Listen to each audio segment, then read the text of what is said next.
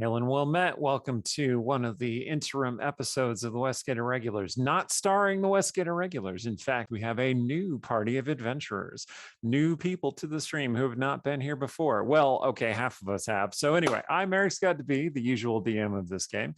And with me is Allie Pitchford, fan favorite, mod, also Shay Darksong. You know who she is.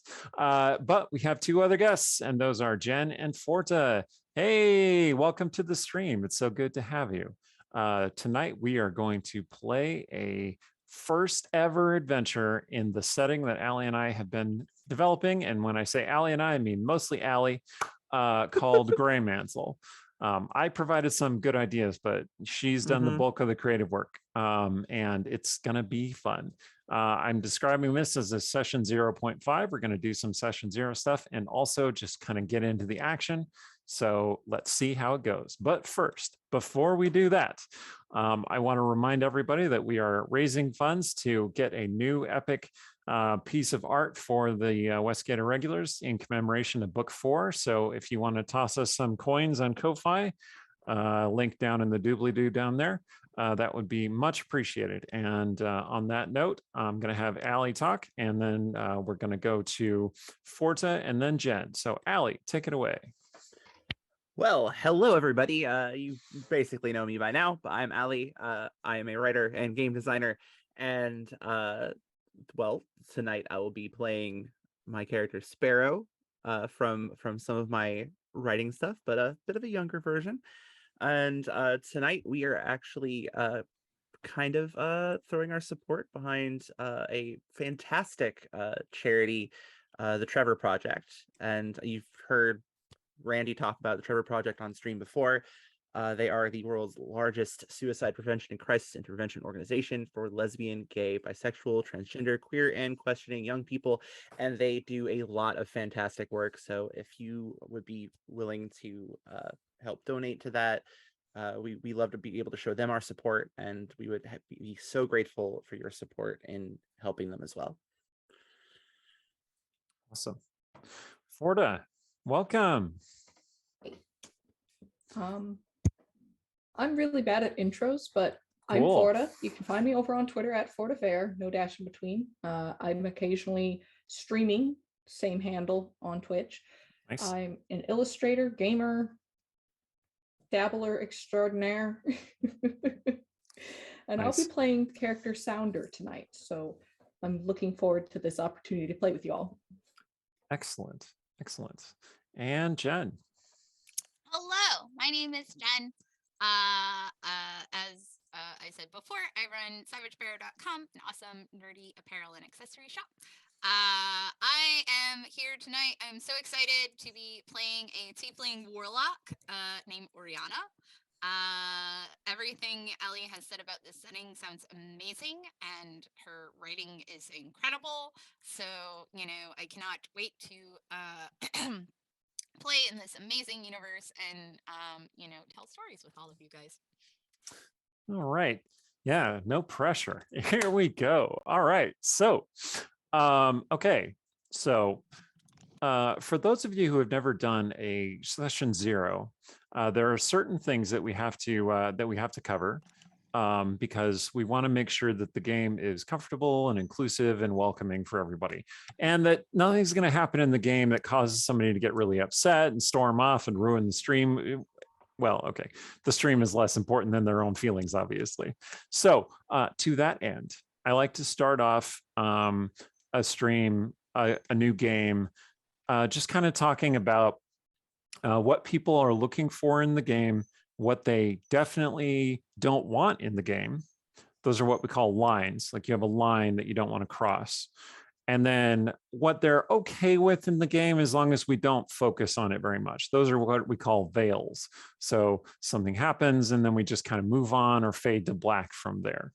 So I thought we'd just open up this conversation with those things, because I think, you know, that level of baseline understanding is very important. Yeah. So I will talk about the basics of the Dungeon Scrawlers stream. We have a zero tolerance policy on sexual violence. That doesn't happen on the stream.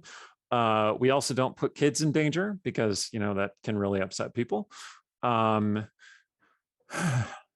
We had a veil early on about sexy vampires, that people were concerned that vampires are too sexy and they don't like to be, they don't really like the too much of that going on, but that has kind of faded over time. So that's a gossamer veil at this point. And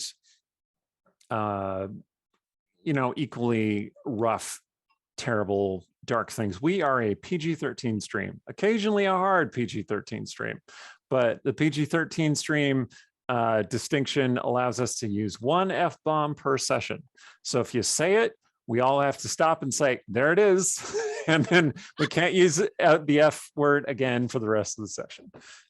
We have failed at this in the past, but that's what we aim for. So, and we don't tend to dwell on the violence too much. Like there's a cool, blow that kills someone or destroys an enemy, and then we move on. We try not to get too gory with it.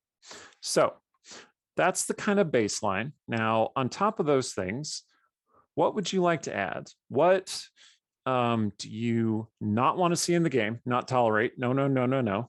And what is okay, but not really your thing?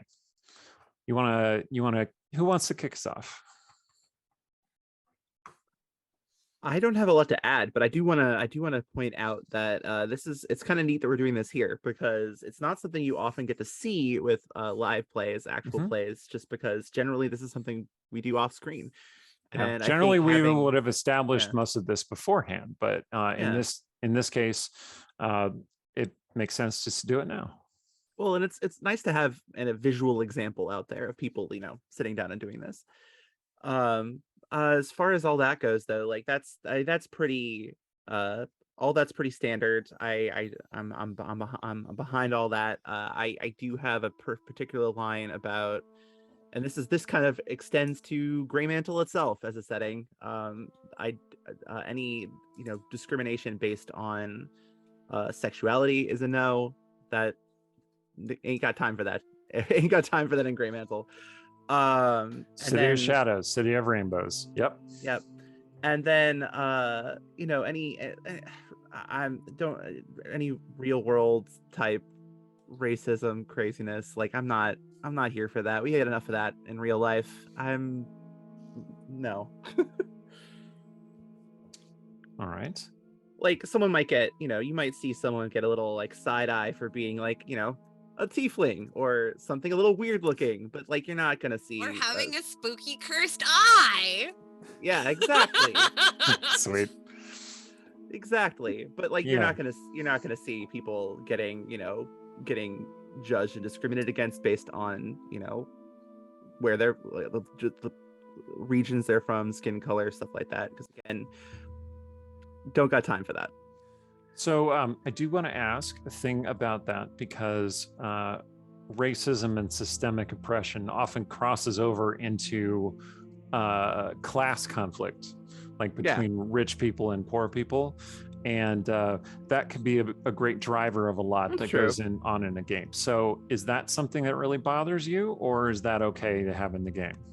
I mean, I don't have so much an issue with the class aspect, because that's certainly something that's baked into the concept we were talking about. The fact that the section of the city that a lot of the stuff is going to focus on is kind of the seedier, more downtrodden area of town. It's the place where people that have nowhere else to go tend to wind up.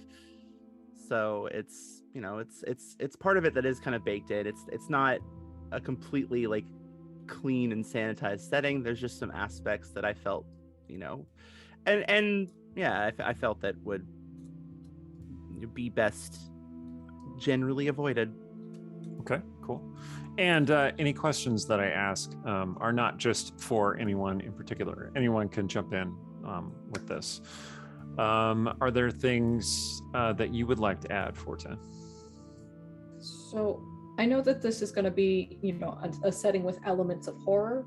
One of my veils that might slide into lines is I don't want to get, I don't personally want to deal with too much like cult human sacrifice type activity where I'm like, not so big on that. Okay. That's fair. The line side of it is if it comes up, I do not want to be, partaking in it. So as a PC, I don't want to be forced to make a choice where it's like, aha, who do you sacrifice? That's fair. How do you feel about personal / heroic sacrifice? Is that okay? That's fine. That's okay. fine. I just don't want to get dragged into, oops, you accidentally joined a cult. Cool. Yeah. Whoops. Surprise, too much cult today. Yeah. No, and thank you for the clarification, because that's a thing that is very common in fantasy games, is this idea of the heroic sacrifice, but like people often just jump to that kind of thing without thinking about how it kind of crosses over into that same territory. Yeah. And it also bounces off the self-harm and angle, and some people are very put off by that too. So I know I just kind of made a tangent there. Is that something that really bothers people? Yeah. To that point, actually, I personally don't mind that, but I don't like to see it when it's like, aha, it's just done for like laughs, or like, if somebody's doing a heroic sacrifice and it's like clearly one of those cases where this character maybe doesn't have the best self-esteem, placement, and maybe is not doing this for the best reasons, that's something I'd like to see treated seriously and not as a, oh ha, funny. Yeah. Okay. For me, that's a little off-putting when people play it for laughs. Oh, for sure. Gotcha. I actually fully agree with that. Yeah. All right. And I do want to say, while we're having this conversation, I'm also a big proponent of the X card concept. So if something is bothering you, just stop it, and we will move on from there. Just call it didn't happen, we retcon it, or we just shove it down the memory hole and just get on with the game. Because while we're having this conversation, establishing a good baseline, it is always important in a game, and I know you all know this, but I want to make sure everyone is clear on this point, that continual consent to what is happening at the table is important. And if something bothers you that you didn't tell people about before might bother you, it's still okay. Like, you have your feelings, and if it bothers you, please speak up and let us know. Also, sometimes people mess up and they do something that, bothers people without meaning to. I don't judge players who do that. I know it's just a thing that kind of happens, but again, we can just exit out and just move on from there. So if you unintentionally cross somebody's boundaries, we will, speak up if something is happening that you are not okay with, and we will just not do it. See what I'm getting at? Makes sense. All right. Jen, did you have ones that you wanted to add? Yeah, I mean, my only line is I'm not comfortable with slut shaming. I don't see it coming up in a game like this, but I think especially if we are doing this sort of thing, streaming and everything, that it's important to just bring up all of the lines and veils and everything. Yeah, no, absolutely. Yeah, otherwise I think it's mostly been covered pretty well. We have a good spectrum. My only request, I guess, would be if we could have this written down somewhere for everybody's personal lines and veils, just so that way we can reference it. If you want to just like post them in the little chat thing or something. Yeah, I have. I will happily post my notes. Thank you. Yeah. And I think what we can do is having a cheat sheet is great. yeah, we have agree. our little place where we talk about all this, and what we can do is we can throw that in there, and I'll pin it and Fabulous. make it. Yeah.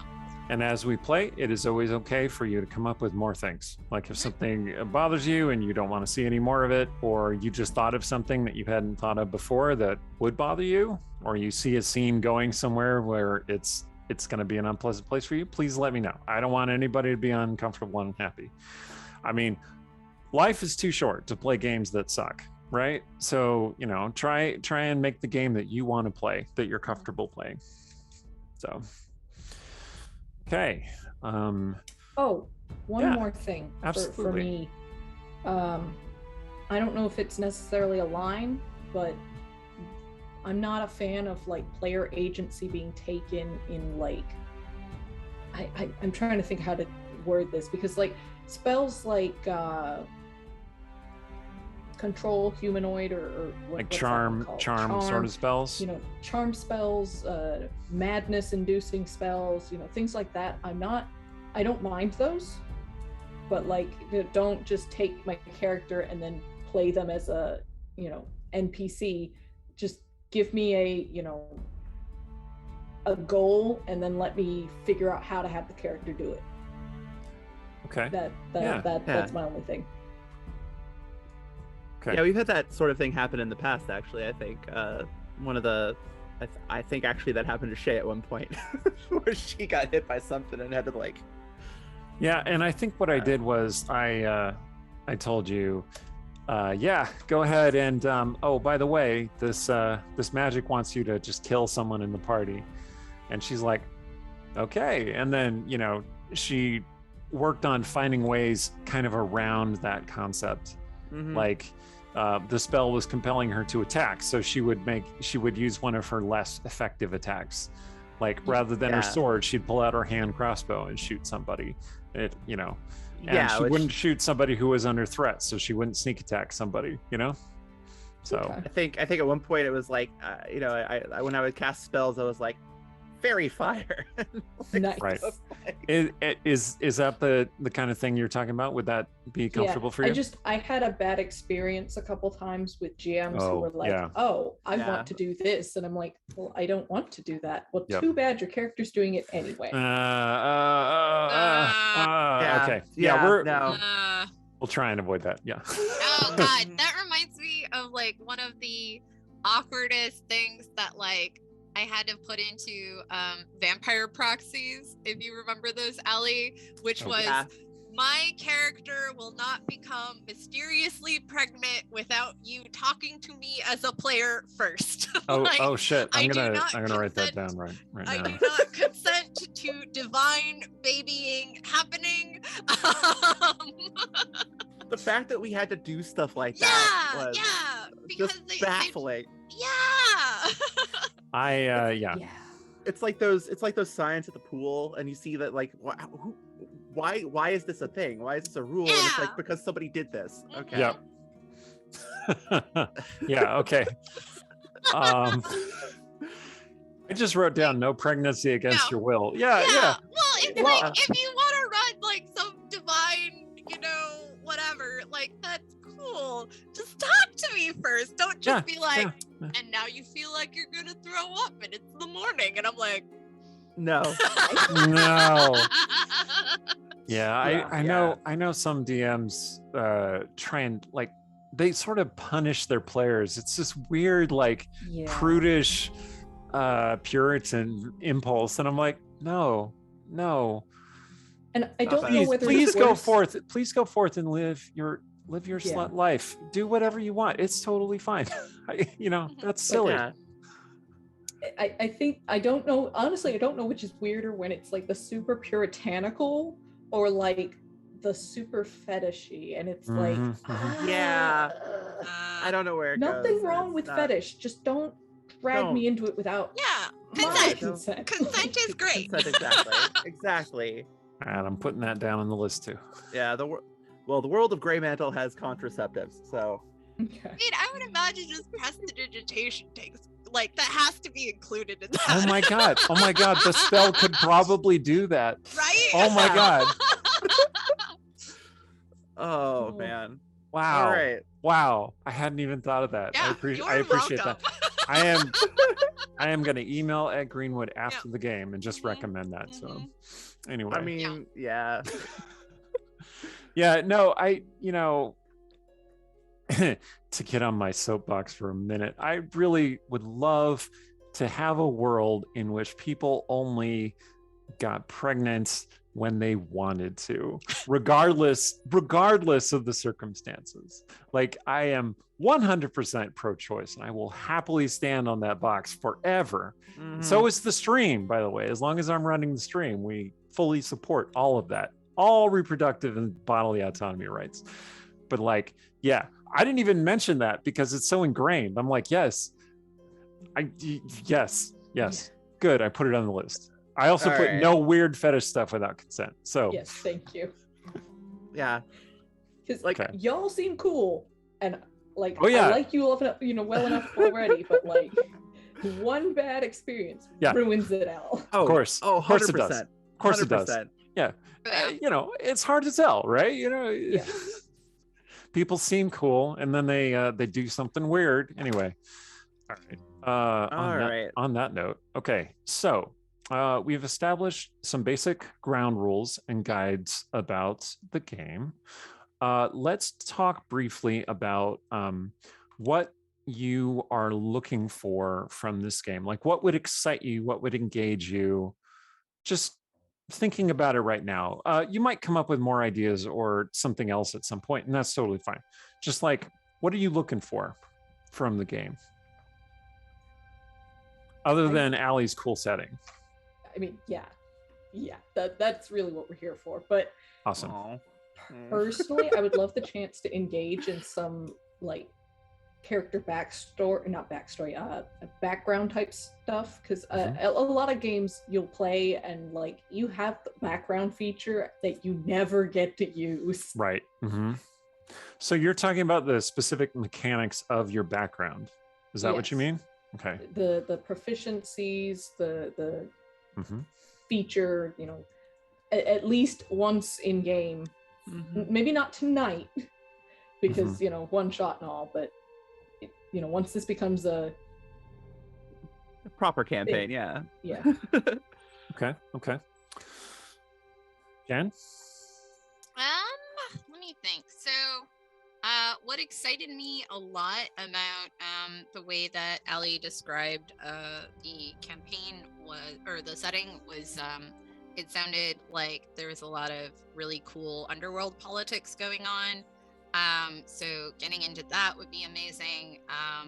The character that the character idea I had, I really like the idea of just sort of being, bound to this patron in that kind of unwilling way, and having that sort of, moral and emotional push and pull as far as, sort of being stuck in a position you don't want to be, and sort of working through and resolving that.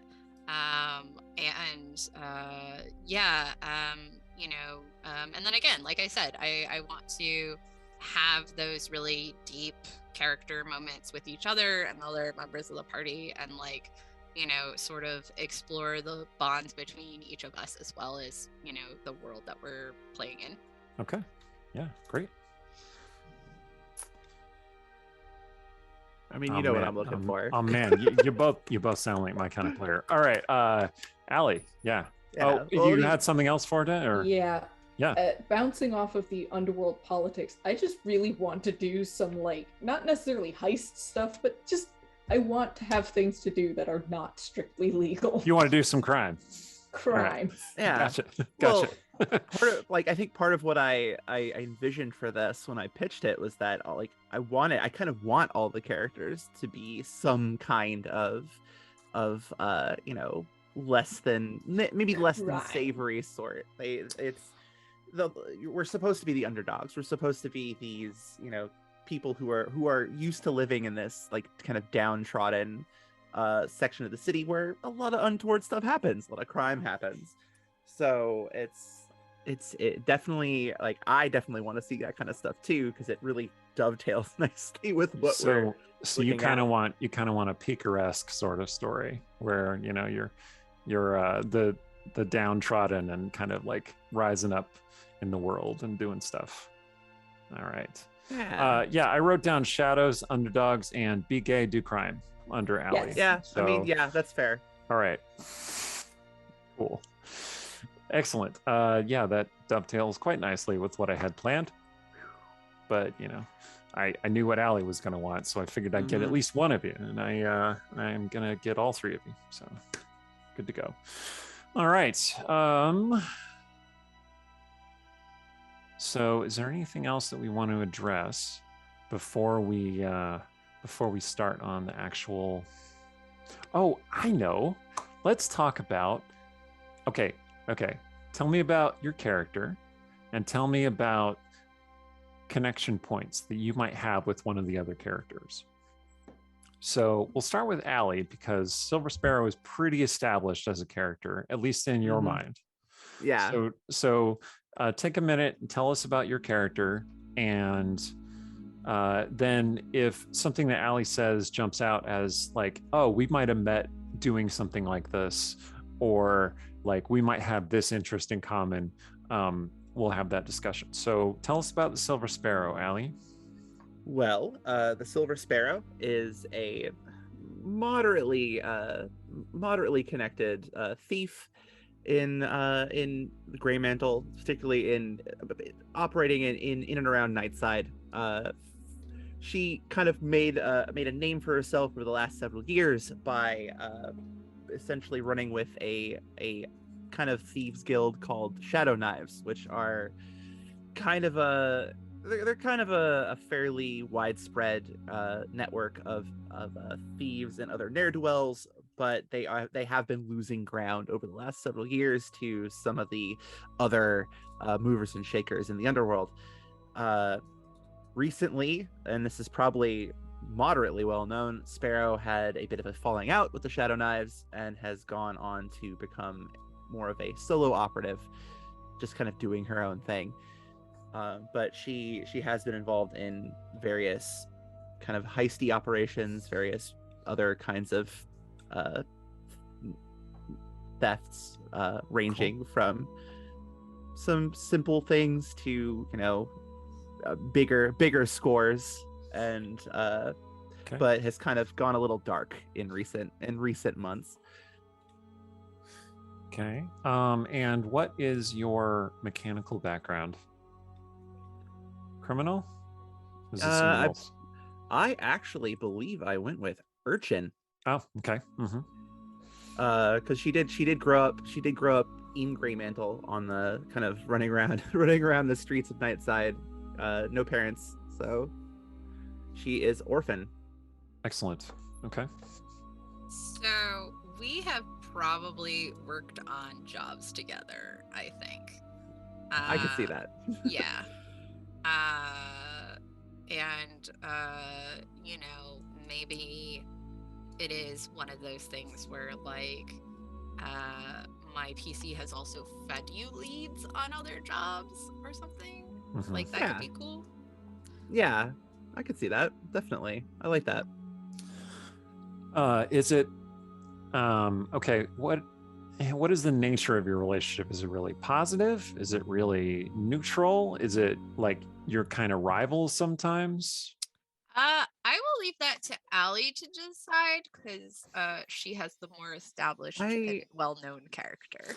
Because I would think if you're from two different guilds, then you might have had a certain rivalry at one point, but now that Sparrow has gone solo, it might be different. Anyway, I interrupted you, Allie. Go ahead. I like that. Oh no, I was gonna say, like, I like the rival angle, although with Sparrow, she'd be very I wouldn't say blasé, but she'd be like, even as rivals, she'd be fairly like jovial, relaxed, teasing, because she doesn't do open hostility generally. It's not her outward demeanor. She very much tends to be more likely to make light of a situation than she is to kind of face it have correctly. an idea. What if you knew this character before she made her pact with her patron? Okay. Yeah. Okay. Because I imagine that before she was probably very much the same in that, like, sort of Mean Girls kind of like ugh. But rolling with it outside of just having that duel of wits, I guess, versus like stabbings. Though maybe it was close a couple times. Those Eldritch blast, or like crossbow bolts just graze. What's a few Too close. What's a few near knifings between friends, right? Exactly. It's fine. I am putting that in my notes. Oh man. So what's a few near knifings between friends? Okay. Yeah. So it'll be cool because basically then she's gonna be a very different person now. So have you had contact since you swore your pact? All right. Think about that for a bit. Yeah, let's think about that for a second. Let's go over to Forda and talk about your character, and we'll start building some connections there. Okay. So I'll be playing Sounder. Sounder has probably lived in the area for probably since she was younger. Maybe not her whole life, but a good chunk of it. Most of it. Much of it. Okay. She looks like a half-orc, so I probably has a few ins with others in that community, and has been a smuggler for most of her professional life. Officially, she's a courier, but that goes both ways. And mostly what she moves, officially and unofficially, is spell components. Usually the less expensive stuff that you can move in bulk. Okay. Mostly passes as mundane items, but every now and then powdered materials come into her possession.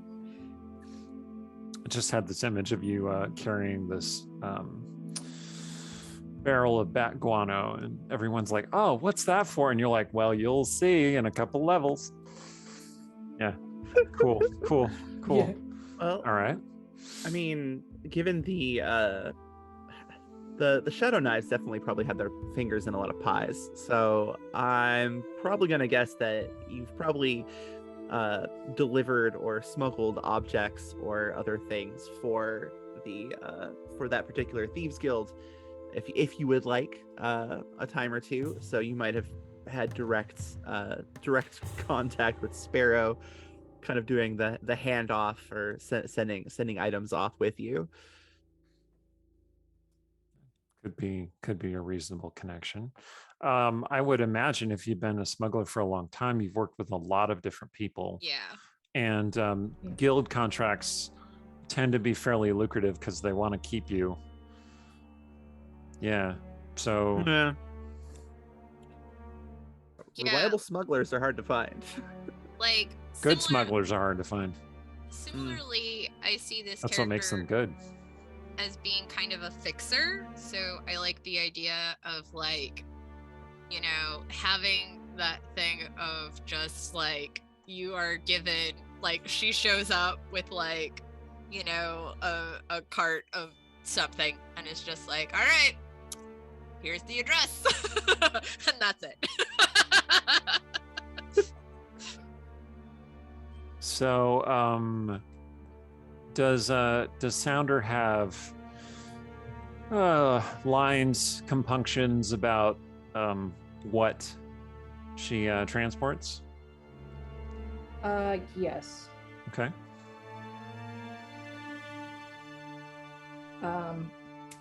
Sounder doesn't transport bodies unless it's by that person's consent. Like if somebody says, "Hey, please take me out of here," Sounder's like, "Okay, I will do my best to get you out of here, but that's not my usual thing." Mm-hmm. Makes sense. Sounder also doesn't usually deal in like parts, if that makes sense, like animal, person, bits of like machine. If it's a little too unwieldy to be carried, Sounder's probably not carrying it without some help. Okay. Makes sense. All right. Good. And the mechanical background you chose is smuggler. Yes. Yeah, I think I saw that on your character sheet. Sorry, Okay. could you repeat that? The mechanical background you chose is smuggler. Yes. Yes. Right. So, I have a naughty idea. What if there was somebody in that was like being looked at, because the impression I got is that like the guild I work for is like real shady, and I kind of like the idea that like my character found this kid who was like not cut out for this life, but like was starting to get in too deep. So what if your character like smuggled them out of there? Like, I could see that. Yeah, you know. I think Sounder probably has like contacts out of Greymantle as well. That maybe Sounder themselves doesn't go too far out of Greymantle that often, but knows people who do and where to send people when they want to lay low for a bit.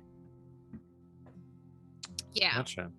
Because I kind of like that idea as just like, you know, that being a thing where my character's like, all right, I will dig myself in deeper so that way this person can like go. So Sounder knows how to lay low if there's too much heat on you. I see. Sorry, could you repeat that? Sounder has knows how to lay low when the heat is on. Yes. Okay. Very good at, in fact. You wouldn't think so looking at her, but it's like, as soon as there is too much trouble, Sounder is not there. Okay. Cool. All right, let's go to Oriana briefly. So tell us about Oriana. Yeah, so Oriana's a tiefling, and basically was kind of born into this life, and sort of like didn't really, you know, get much of a choice as far as like what she would have wanted to do, because it just very much was like, oh, you know, this is where you are, this is what you have to do to survive, and You were already marked by the devil. You might as well embrace it. yeah. And I imagine like when she knew Allie's character, it was kind of like one of those things where like offhand she would low-key say like, oh yeah, well, you know, like I'm only doing this for now, but like I'm saving up, I'm going to get out of here, like that kind of thing, right? A lot of that kind of talk. Yeah. And then I mean, they could have dreamed about that kind of thing like at the same time, like we're gonna hit it big, we're gonna, you know, we're gonna get that big score and then get out of here. Would you like to have had an on again off again lovers kind of tie? Like... Yes, absolutely. Awesome that'll be great. Okay. Then I basically imagine, because Allie made a point that the guilds were run by like fiends and stuff, so I kind of like the idea that like something happened to this character, who again was basically working as like that charming fixer face type person, if we're using Shadowrun terms, so like, and maybe she was like actually really close to like getting out and everything, but then like she got jumped, she got robbed, and like was either, you know, dying or did die, and that's when the fiend is like, hey, I'll give you that second chance, you just signed this contract. Nice. So I really like the idea of like the fiendish mark just being like this like supernatural extra eye, and maybe that's also how her patron can spy on the stuff she's doing sometimes to just make sure that she's working for the company. I see. Okay. Yeah, that sounds good. Yeah, that gives her this extra little like untrustworthy angle. Yeah. Like, I mean, it's Oriana, but it's not just Oriana, right? Yeah. Yeah, that's. I think I like that a lot. If you're all right with it, I think that might lend to a bit of kind of a vibe from Sounder towards Oriana, because you're cool, you're fine, but like I don't want some rando just watching me. Oh yeah, no. I mean, and like, and that would be the fun of the role play, because like she's also just like, yes. I mean, everything's great. All right, I'm gonna write down mysterious evil demon, devil eye. Yeah. Okay. Where does it manifest? Is it a particular place on your face? Is it? Yeah, this one. Okay. So it takes the place of one of your eyes? Yeah, but like maybe like it is just like, I don't know. Like again, you can play with it and have fun with deciding what it's all like. Okay. Yeah, no, there are lots of cool ways that visual could happen. Like you could blink and then your eyes could be interposed over another set of eyes. Yeah. Like your face is just slightly out of phase with the devil's face. Yeah. Well, like I basically tried to do it with makeup, so like I don't know if it's reading very well, but like so this eye looks slightly bigger than this one. Yeah. Clever. All right, it. cool. And you do have that particular warlock invocation that you get from Devil Sight, so it makes sense. Yeah, Mechanics exactly. informing the game. Okay, so Love it. based on my notes, it seems like there's this kind of strange romantic mess between Oriana and Sparrow, and Sounder is a little leery of the Devil Eye, and probably the most sensible one of the three of you. Practical. I don't know if always sensible. Practical. Sometimes Sounder gets it in her head that she's gonna move something or snag something that she shouldn't. Like the class I'm playing is a homebrew wizard that their whole shtick is that they cobble together their wizard book from scraps of other people's spells and stuff. Neat. So it's like she's got this element of I'm trying to get my way up in the world through like not academics but like gaining power in this arcane way all by myself, by the pull myself up by my bootstraps type thing. And it's like, maybe you should get a teacher. And she's like, no. I got this. Self-taught wizard. Cool. Yeah. All right. So I think we're ready to do some actual gaming. I think so. Yeah. Is there anything else that anyone would like to establish? Yeah, I kind of like the idea of, again, Ellie, like maybe it was a thing where like Ori was supposed to meet your character the night that she got jumped, and like you have not heard from her since. Oh, okay. Yeah. Okay, I like that. I like that. Yeah.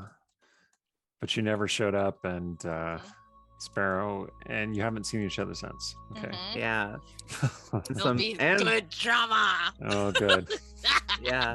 And some stuff has gone down with Sparrow in the meantime as well. Yep. So Yeah. he's not quite the same either. Hell yeah. I'm so excited. Okay. Good question for you, Mhm. Jen. Do you want to say that this moving of kid in over their head happened before or after the Devil Eye business? I like the idea that it happened after. Okay.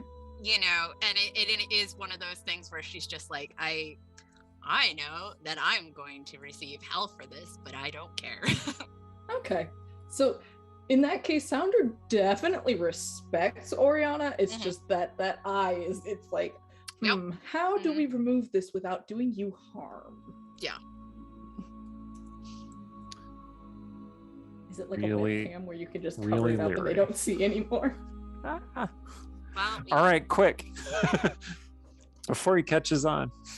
We kill the fiend. I mean, with kindness. I mean, it is the fiend. Sparrow. That might work. Sparrow's over here like, I was just going to stab him, but okay. Is the knife named kindness that it still works? There we go. There we go. True. I That's love true. it. I love it. Let's do that. All right. Excellent. Ready to Okay. rock and roll. All right. So here we go.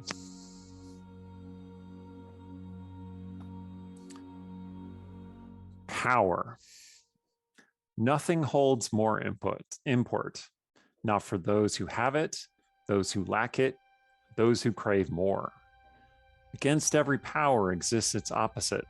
Where there is warmth, there is cold. Where there is life, there is death. Where there is light, there is darkness. If any power were to go unchecked, it would consume all of existence.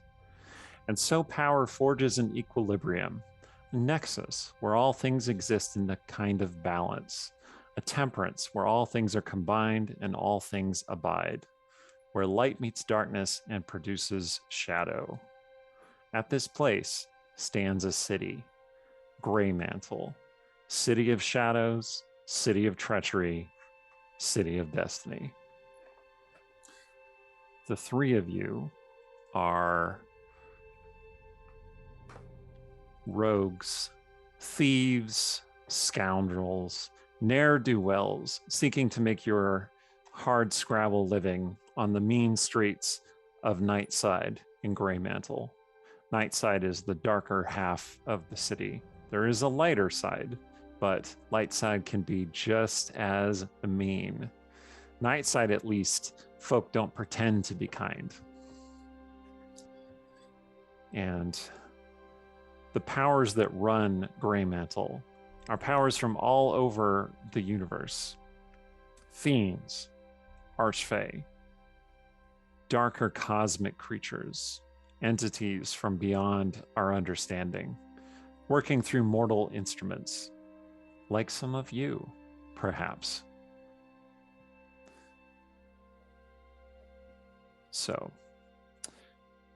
in order to survive in such a place, you often have to take difficult, shady, not quite on the level sorts of jobs. Tonight, you have one such job. Before you stands the entrance to a great manor house where a revel is being held. And I will put you on roll 20 so you can see. You're gathered in a space with a whole bunch of other people, commonly dressed in the tattered, dark tones of clothes that people in Greymantle usually favor, clamoring to get inside, or maybe just playing the crowd and looking for an easy pocket to pick. And you are here to retrieve a certain artifact. And the three of you, who all know each other from before, have not seen each other for some time. But you all come here as though by destiny. So, let's rewind a bit. What brings you to this place? Let's start with Oriana. Oh gosh.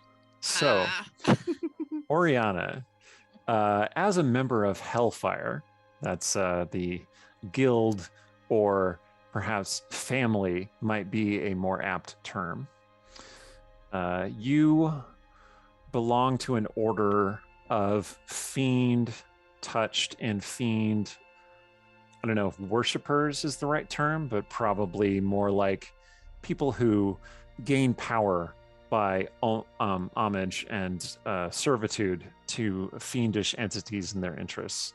And you are especially touched within that organization because you were born a tiefling. The taint of fiendish darkness manifesting in your very body over time. Exactly why this is the case, if it is a actual mingling of genetic material with an ancestor, or if it is an ancient curse, who can say? Certainly your parents never told you. But you are specially marked in this clan. And as we have established, this was not always a boon to you, and you did struggle against this destiny at one time. But now, you have returned to the fold, at least for now. So, do you have a patron or a commander in the organization, or a parent, perhaps? I know you are a criminal and you have a criminal contact. Yeah. So this might be that person, or it might be someone else, depending on how you want to play it. I like the idea that she has some like older person who acts as a mentor figure. Yeah, because I didn't see this PC as especially knowing her parents. Mm-hmm. So, but having like that close, like, criminal who has somehow managed to survive to have an old age for criminals. So, we're probably talking like whatever the equivalent of 50 is. Male, female? Somewhere in between? Male, yeah. Okay. Older male mentor. Tiefling? Yeah. Okay. Warlock? Yeah. Okay. Because I kind of like the idea of just like that, yeah, after everything happened, she's just like, how do I do this? Okay. Does this tiefling hail from the same tiefling line that you do, or a different one? Or do you not know? I think she knows. Okay. All right. All right. And do you have a name for this character? I don't. Okay. I defer to you to create a name, if that is okay. Okay. His name is going to be Dumat. Cool. So, yes, Dumat has called you to a meeting. Where do you usually meet? Is it in a cafe? Is it in some formal setting?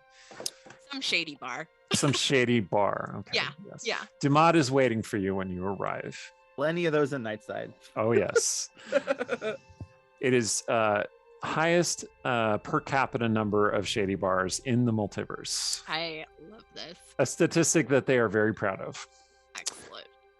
Dumat says, my girl, finally, you've taken your time, but good things are worth waiting for. He slides across a piece of kind of old parchment across the counter. Most people write on paper, so it being parchment is indicative of it being very, very old indeed. She takes it, just like places a hand upon it, and yeah, I imagine that like at this point, like the character like wears like a hood to like keep her face like hidden enough. Yep. Hoods are a pretty standard piece of clothing in Greymantle, so yeah. And it's just like, Dumat. No pleasantries, already down to business. Very well. How have you been? I am remembering now why we don't really do pleasantries. She picks up the paper to look at it. What a pity. I was going to ask about your conflict.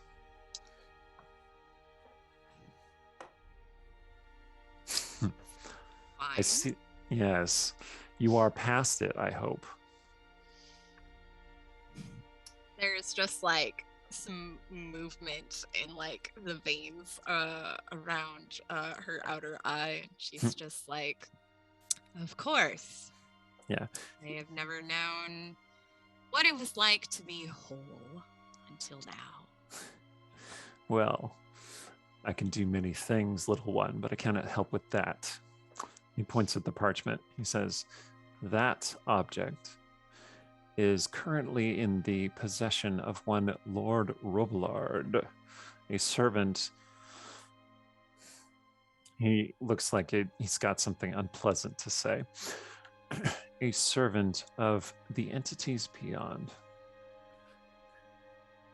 It must not remain in his possession. Tonight, he is hosting a revel at his manor. I wish you to deal with it in whatever way suits you.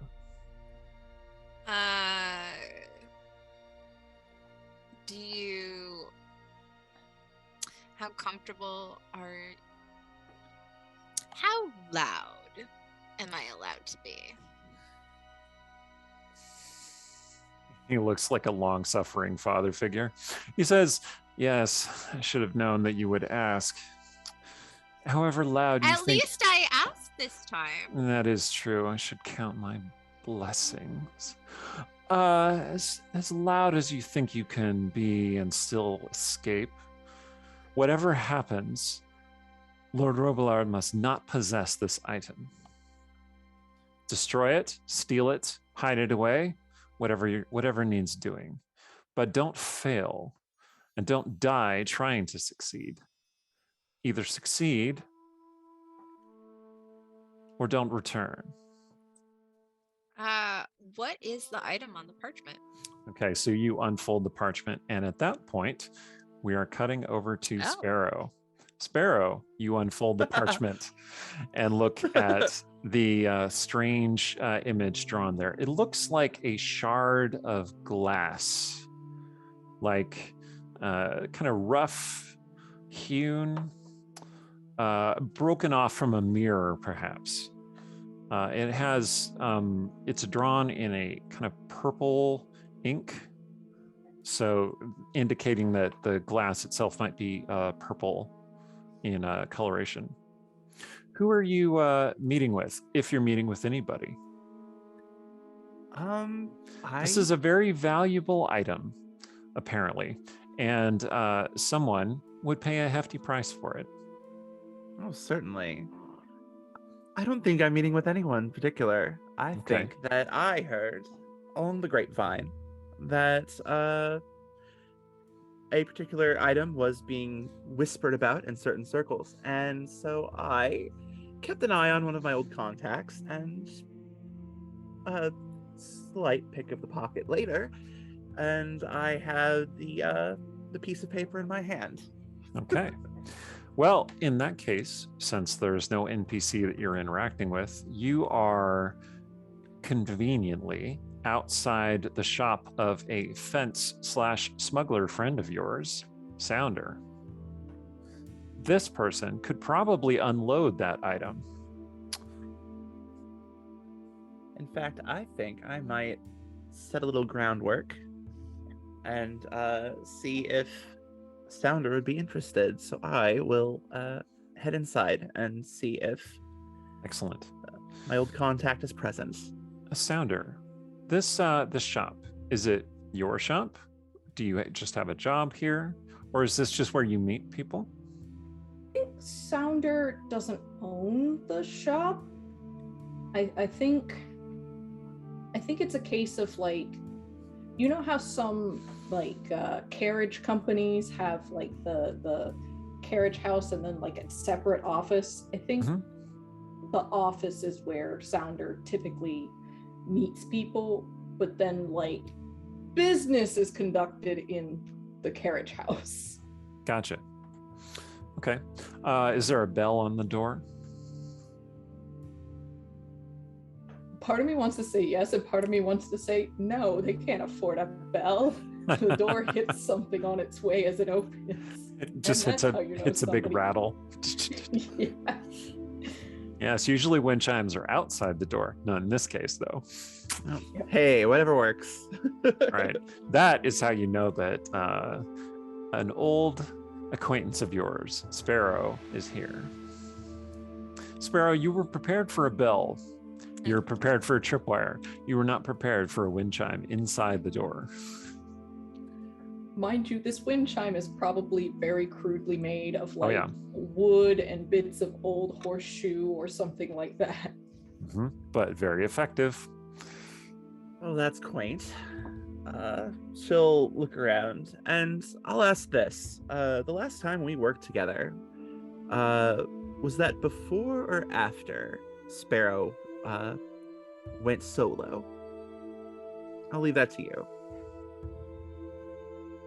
You I asking think me or you probably- asking? Okay. I'm asking Forta. Yeah. Yes, please. Sorry.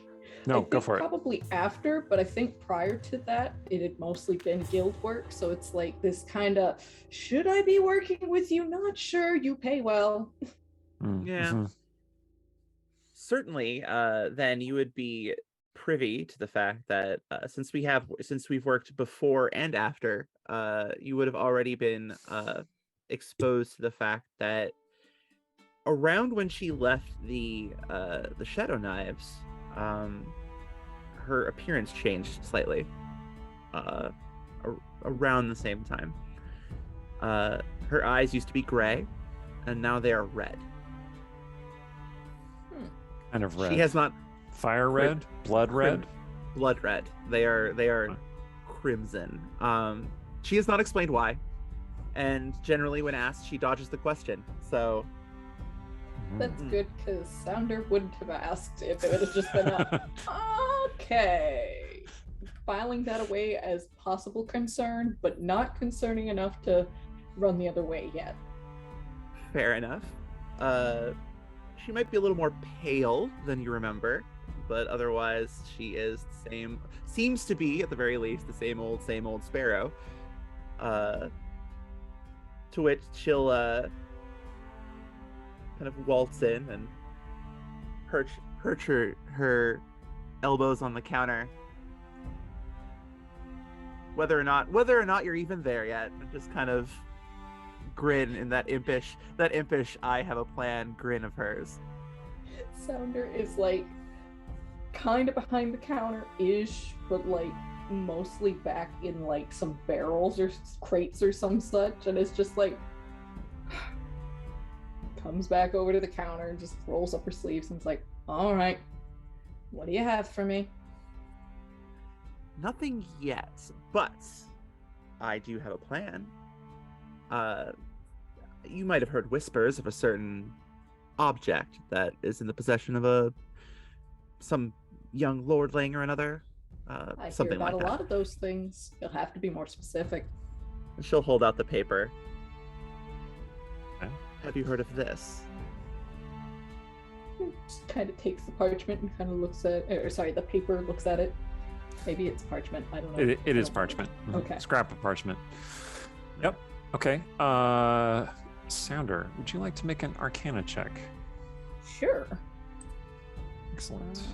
One of the ones she's not good at, but that's okay.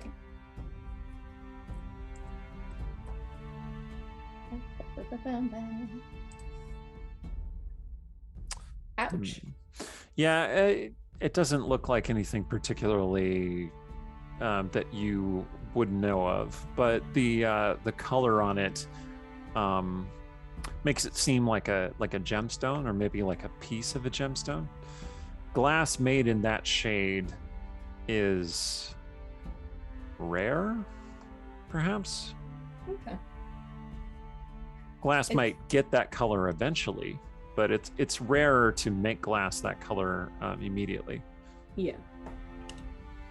I think as Sounder is trying to puzzle out what this is, her nose is just kind of like twitching a little bit. Just she's not literally sniffing the page, but like you might get the impression that that's what she's doing, just because, you know, twitching of nose as she's, you know, processing this information. And then she kind of gives a gruff sort of, you know, grunt, and it's like, looks like polished glass.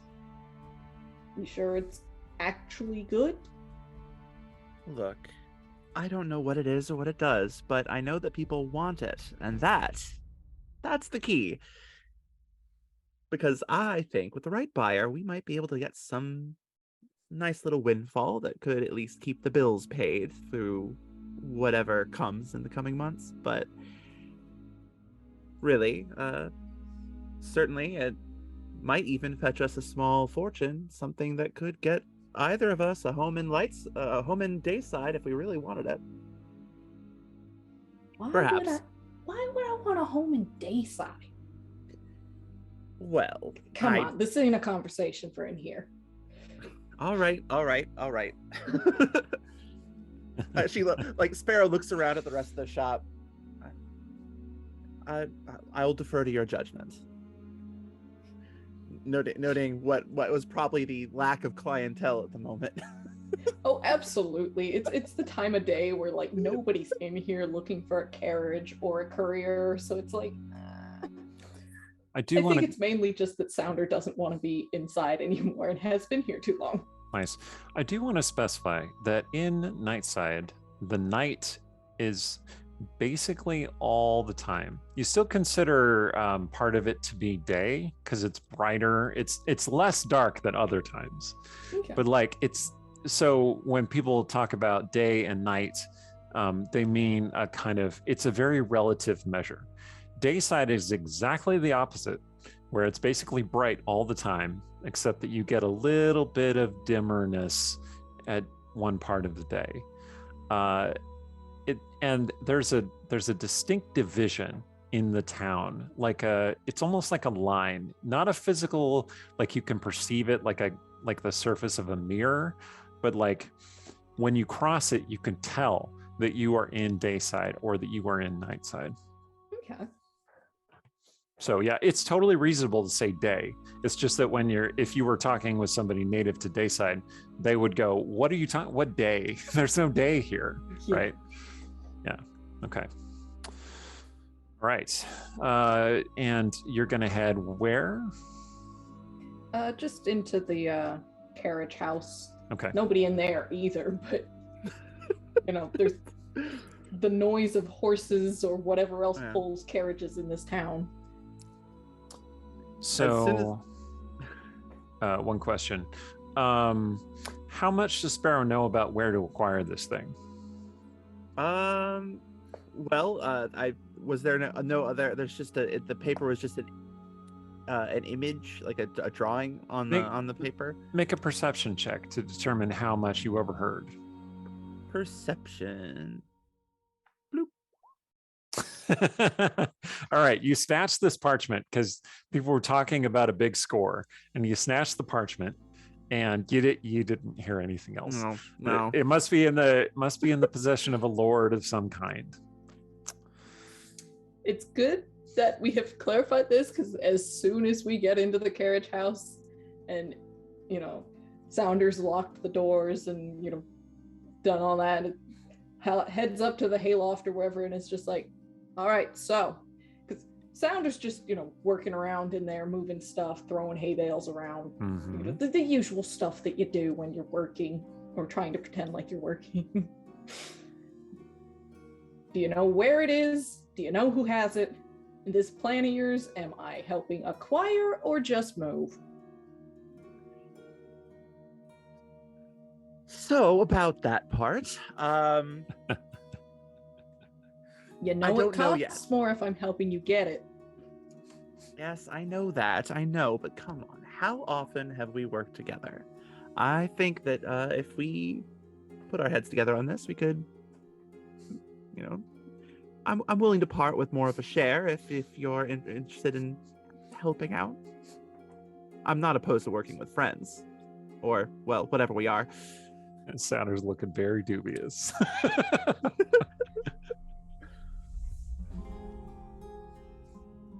That's a whole lot of, okay, we're getting this thing, and not a whole lot of where or who. Well, you do know that there are people in the city who know things and would probably be able to tell you where you can acquire this, but you'd have to tap into one of your contacts. You could find somebody from the Shadow Knives, but well, keep them out of this. yeah, well, then she even says, like, I could reach out to one of my contacts. I'm sure we could find exactly where this is being kept, but maybe not one of my usual go-tos. I'm not exactly on the best of terms with them at the moment. then again, there's also one of the Fiend clans. I suppose we could go to Hellfire. I don't know that I want to go directly to them, but I might know somebody who is adjacent, kind of works with them from time to time. So you hear a clacking clangor of the indoor wind chime from somebody entering the shop. Hops down, goes back from carriage house to office. Wow. Actually have a customer. That's impressive. So, Oriana, what brings you to the carriage shop? Well, I mean, I imagine that she is looking to get a crew together, and starting with escape vehicles seems like a good place to go. Now, can I do an Arcana check to find out more about this thing? Absolutely. Go ahead and make the check. Okay. I figure you would have studied it either at the bar or on your way over. Yeah, I wanna know what's up with it. Nope. Nope. Well, actually, no, it looks like you rolled it twice. You got a Oh, dang 14 it. on your first one. That's okay. I'll go with your first result.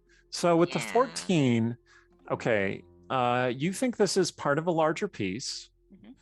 And you are more familiar with like fiend with soul manipulation magic. So when you look at it, you think of it, it might be some kind of container for spiritual energy. Like that's often what people would use gemstones to do, at least in your field. So this, if it is part of a larger piece, might have some spiritual energy in it, and that might be what Dumont is worried about, because that can be very valuable. Now the other question I had was that, did he seem to lean more on steal / hide it, or was he more like destroy it, like or is it doesn't matter just so long as it's not in that guy's house anymore? I would like you to make an insight check, please. Yes. Excellent. Oh boy, this is gonna be rough. Oh God, what? How does that happen? Yeah. You don't know. Also, Like he seemed pretty neutral about it, just as long as it was out of the guy's hands. Okay. So that could be a source of profit for you. I mean, yeah. As far as you know, he has no idea what it is, because if he'd known that it was valuable, he definitely would have told you to get it for him. So maybe you have a chance to get one over on your mentor here. Maybe make a tiny little profit. That's fair. All right. So anyway, yeah. So she's coming to Sounder's shop. Yep. Sounder, there's Oriana. Just, Darling. funny you should be here. I was just thinking about you.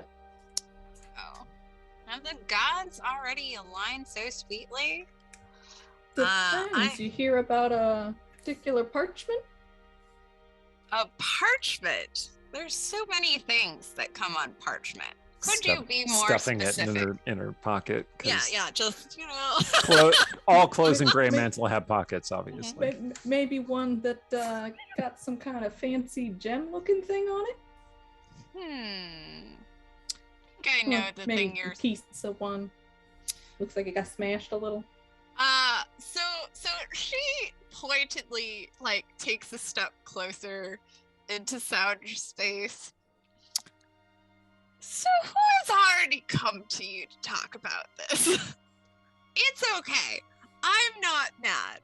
I just want to know how far this has gotten out, because that changes. All I know is that they got it from another person, so probably a little further than any of your people want it to have. Great. It's gonna be great. Well, so have you already taken the job for this person? Because, like, It's not so much a job yet as wishful thinking. In fact, why don't you just come on back? We'll discuss the details. right? I trust you well enough to assume that whomever is behind this door is not going to immediately stab me in the back. I would like to think that your friends would at least wait to stab me in the back. You know, like at least let me get a word out. Like, that's all that I'm asking. Yeah, that sort of thing's bad for business. You don't run a smuggling operation and then just, oh yeah, no, my clients just get stabbed in the back. Yeah, rooms. exactly. Like, I imagine that you want to smuggle knives in their sheaths and not in people's backs. Like, that seems poor decision making. A lot harder to sell a knife again that has blood all over it than... Well, some in my field of work would refer to that as well seasoned, but... So the door to the carriage house opens. Be rubbed off a little bit first. You push open the door to the carriage house. There are like little wisps of darkness that are just kind of filtering apart. And then they dissipate. Where is your friend? I don't know what you're talking about. I'm right here. Sparrow is just kind of seated on a hay bale. And the last time you saw her, her eyes were definitely not red. Yeah, and the same thing. Like she has this like crazy like scar kind of thing going on, and like it the pupil looks bigger than it should, and she's just like. Oh, Oriana dear, you certainly look worse for wear. What have you been up to?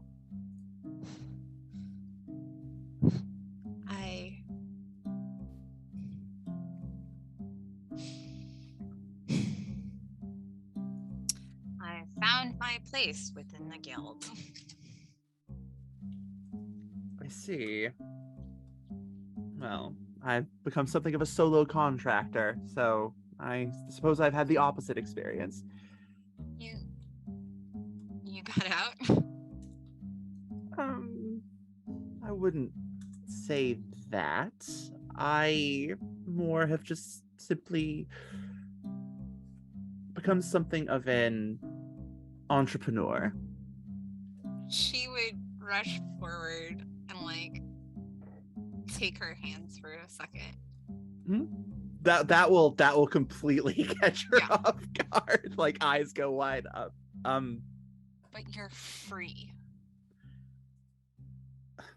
And that's what matters, right? Well, I don't know if I'd characterize it quite that way. It's more that we had something of a falling out. The Shadow Knives and I. So it's less that I'm free and more that I am probably not supposed to go into certain establishments in Nightside anymore. On pain of getting stabbed. It could be worse. And there's something that just moves. Oh. It certainly could be. But isn't this fortuitous? I come here with a plan, with an idea, with a job, and here you are. Not so much a plan as wishful thinking. Just like she holds up a finger. Plans have logistics, have steps. Look. So what I'm hearing is that as much as things have changed, there are some things that will always, forever, remain the same. I operate how I operate. That's always how it's been. I thrive in the chaos. What can I say?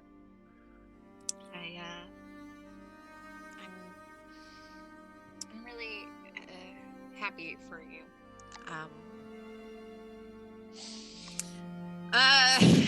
But yes, job. Yes, job. Down to brass tacks, I suppose. So, before I give you a plan, because it seems that I have the information that you do not, I presume that you stole this from, or liberated, I'm sorry, I'll use your parlance. You liberated this from your brethren or former employers. Do you know how, if they had copies, how much they were aware of it, and anything to that regard?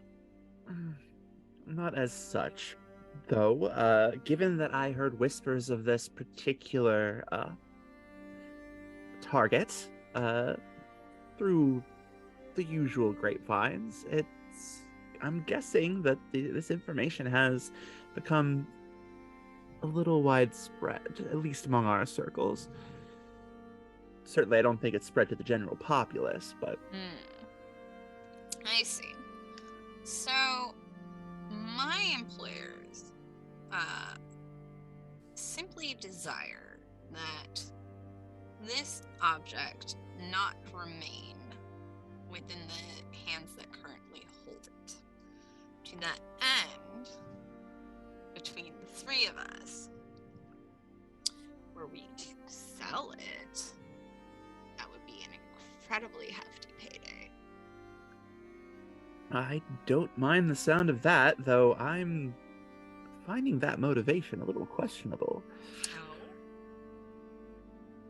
You know how this works. Nothing in the world that we run in is as simple as we don't want them to have it. There has to be some deeper motivation behind this. Normally, I would agree. And believe me, especially with my employers, inevitably, things are far more terrible than they first appear. And again, something just moves. But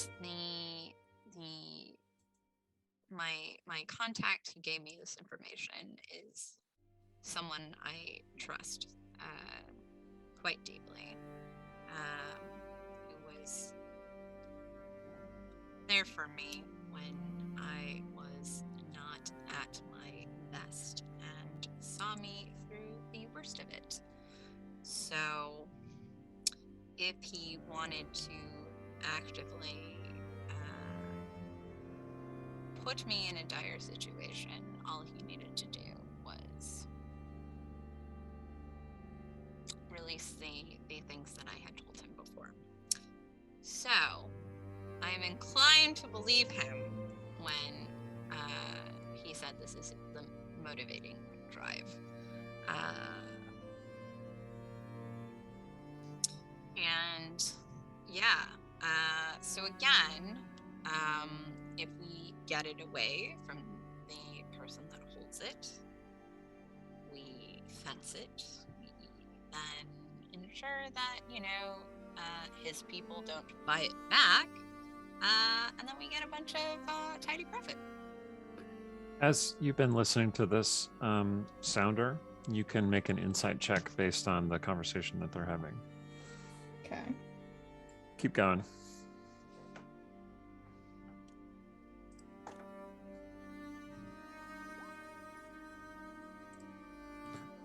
Okay.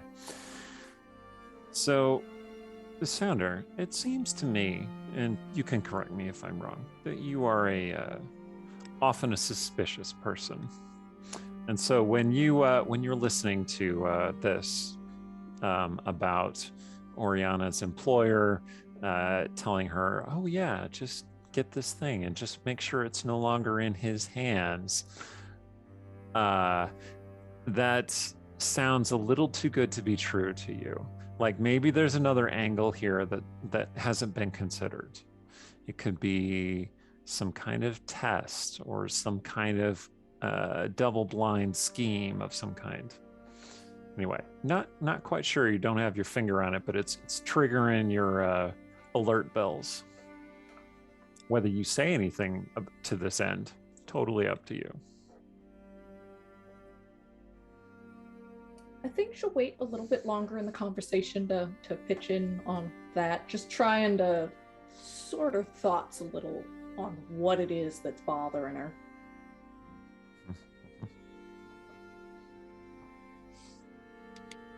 Well, whatever their motivations, if this results in a hefty payday for us, then I'm more than happy to play along. I do have a question, though. You seem different than before. Is that going to have an effect on the job? I don't see why it would. I'm not really all that different. I'm simply the same me I always tended to be. Your eyes are red. Aesthetics, dear. You don't Aren't they lovely? You don't possess magic. Not the last I checked, no. I've always been more about the mundane. I'm good at picking a lock, you know. Oh, yes, I do. And I also know you're an incredibly accomplished liar. But I think you remember that I am also someone who is able to pick up exactly where you are leading without getting led astray. So. You always were infuriatingly insightful. Regardless, I am me. I promise it won't get in the way. This is simply as you see it. I didn't make any pacts with any fiends. I didn't do anything untoward. Look, I didn't do anything strange, all right? More or less. We won't get into that. Okay. She sort of like looks incredibly uncomfortable with the like no making pacts with fiends thing. Yeah. This is a excellent way of not answering the question, but I suppose you were always most beautiful, kept your secrets. She's just going to like, well. Sipping wine. I do think on the note of secrets and lies and half-truths and maybe dancing around the subject, this not gem. What exactly do we know about it? It is used, I suspect, as a container for some sort of soul magic, like some sort of soul binding. So if we're to touch it, what's to keep us from being put into it? If that's what it is, I would advise against that greatly. DM. Yes. Do I is that a thing where if we touch it we'll get zapped into it, or is it very much one soul per thing? That is possible, because I mean, it depends. It depends on what kind of magic it is. You just think that it might be related. So, it might be wise to do some reconnaissance and see if you see other people touching it and not getting their souls drained into it. That's a good idea. Thank you. Yeah, so she sort of just takes on this like brisk tone.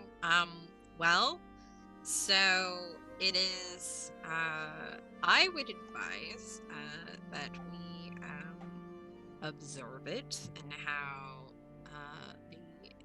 the Lord's people are handling it.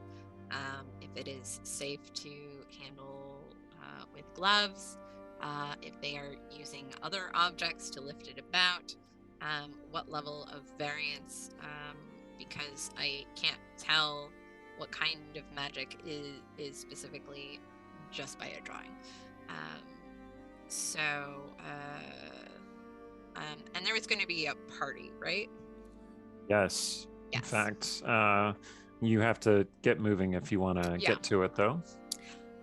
There is going to be a party tonight, right now, which would provide us with this ample opportunity to mingle and see the object for ourselves. Well, then I suppose we should wear our nice clothes. All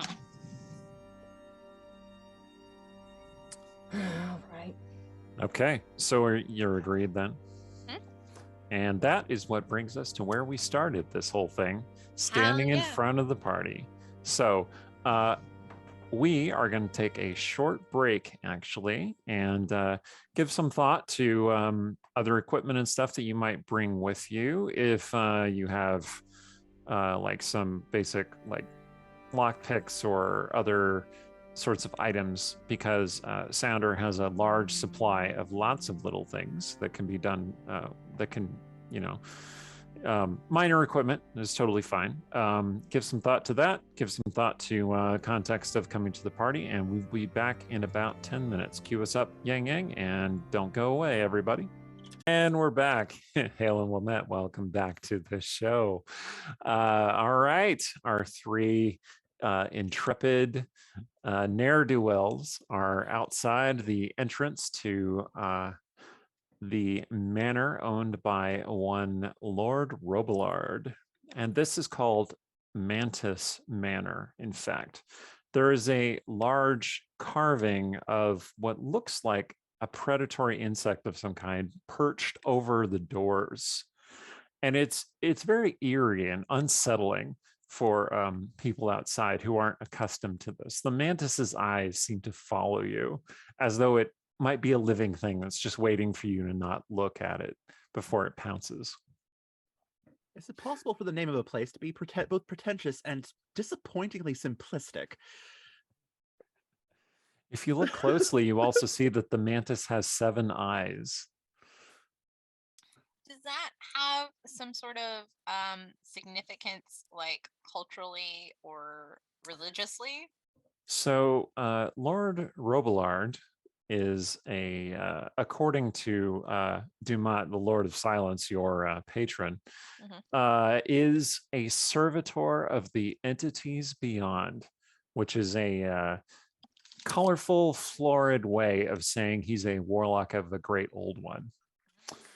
So these servants of the eldritch beings that dwell beyond the veil of reality are notably weird and see things in different ways and along different lines than most people do.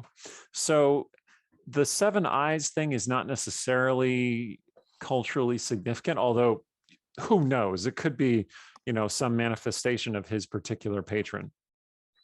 But it does mark his manor as a strange place for strange people. And here you are about to break in. So. All right. So. There are 2 guards with halberds. The halberd blades are kind of oddly shaped, like kind of wavy. Do they look like a mantis? A little bit. Now that you mention it, yeah, a little bit. Sounder's not digging it. Not digging it. Just keeps eyeballing that statue up Like there. this- Like This is a bad idea. I knew this was a bad idea. Why did I go along with this idea? I take it my homie didn't give me an invitation to this party.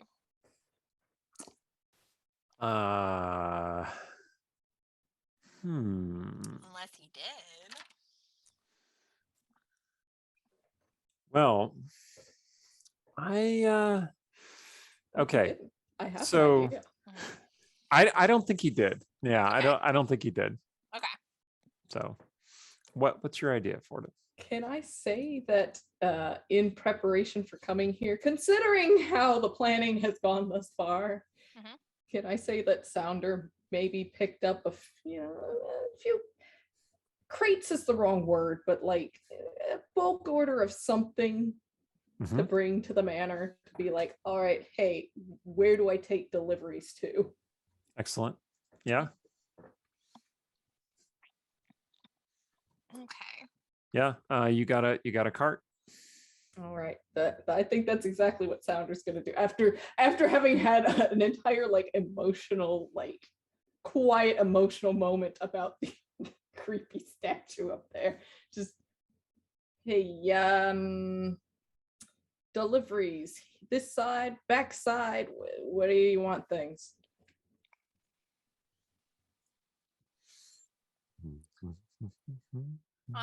Do we all want to sneak in as delivery people, or did we want to try That's not a different bad idea, honestly. Okay. It could afford us the opportunity to smuggle in some of our gear as other things, like put them in stuff in crates or within like bundles of other stuff. And your cart just appeared. Oh. The Thank you. very, very fat horse. I don't know. That's fine. Let's That just horse go can with be it. fat. Why are you shaming our horse? I am not. Our horse Horse is is well doing fed. their best. And Mhm. strong. Yeah, That's right.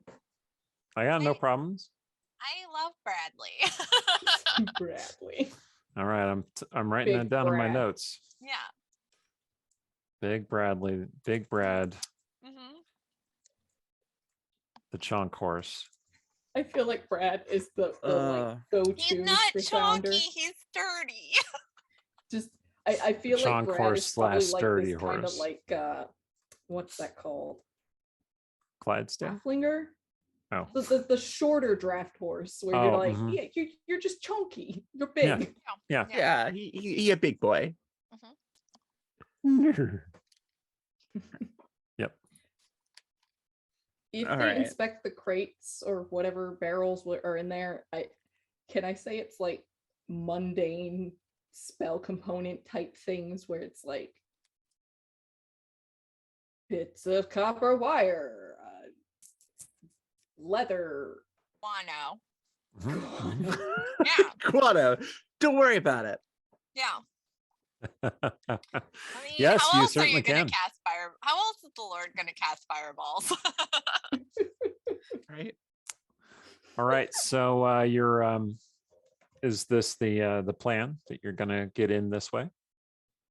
I think so. Yes, Yeah. for now. Yeah, you take your cart up to the entrance and the guards look at you askance. And like deliveries Yeah. around the back. The back. Okay. Okay, thanks. Of course, we just wanted to make sure. All right, so go ahead and move yourselves up around the back. Now this is important just to make sure that we can manipulate ourselves successfully with Roll20. Because Oh, check though that out. I did fix up the programming, I just want to make sure that it all worked. Okay. I do Okay. like the okay, so we're going up like up around the side to the Up around the side. Follow the horse. follow the horse. The horse is a horse, of course, of course. Yeah, I Anyway, did this thing where I put the turning thing on underneath the menu that pops up whenever I click on him. So All right. Bradley might have to disappear just to make It's the, fine. make the That's map fine. work better. We know Brad- he's there. Bradley's done his job. He can go off and munch some grass or something. Okay. Mm-hmm. So there are a couple of guards up here as well. Let me just go ahead and put those guys out here. Oh, me. These guards look a little bit less preoccupied with keeping security at the front and are instead, they challenge you when you approach. Like, hold, what are you carrying there? Opponents mostly, I think. Pops, what are the crates? Yeah. Okay. Yeah, the guard goes over to look at it. I'm going to need you to make a persuasion check. Okay. Hopefully this goes okay. I'm good at it. And if either of you could assist, that would be great. Yeah, you can assist, giving Sounder advantage on the check. Yeah, Yeah. I would be happy to add. So like. But you're gonna have to tell me how does- you assist. Okay. Let's see. So we're at the back and just dropping off goods and everything. Also, if I could make the request that my token be moved to where the back is, because I was having Roll20 glitch and everything got choppy. I will don't go know ahead where and move that around for you. No problem. It's a very narrow Thank little you. space, so Yeah. oh boy, I almost moved you off. So I imagine that yeah, like Oriana would basically like open up one of the barrels of backwater or whatever and just be like, grab a pile of it, put it in front of the guard's face and be like, yes, it's the finest quality as Lord Rogar requested. Would you like to inspect it personally? Okay. So yeah, I will say that allows you to give Sounder advantage on this check. Okay. Heck yeah. Oh, goodness. Yes! Oh, fuck yeah. Sorry. Oh, there was the one. That's the one. That's it. Sorry. That's the one. It's okay. It's a worthy usage. Yeah. Yeah. All right. Let's see. Oh yeah. All right. The guard looks at it and he goes, "Oh yeah, Lord Robillard is always having weird shipments brought in for all his weird magic stuff. You can go right in." And he looks at Sparrow and he looks at Oriana. And he's like you look normal. Those two.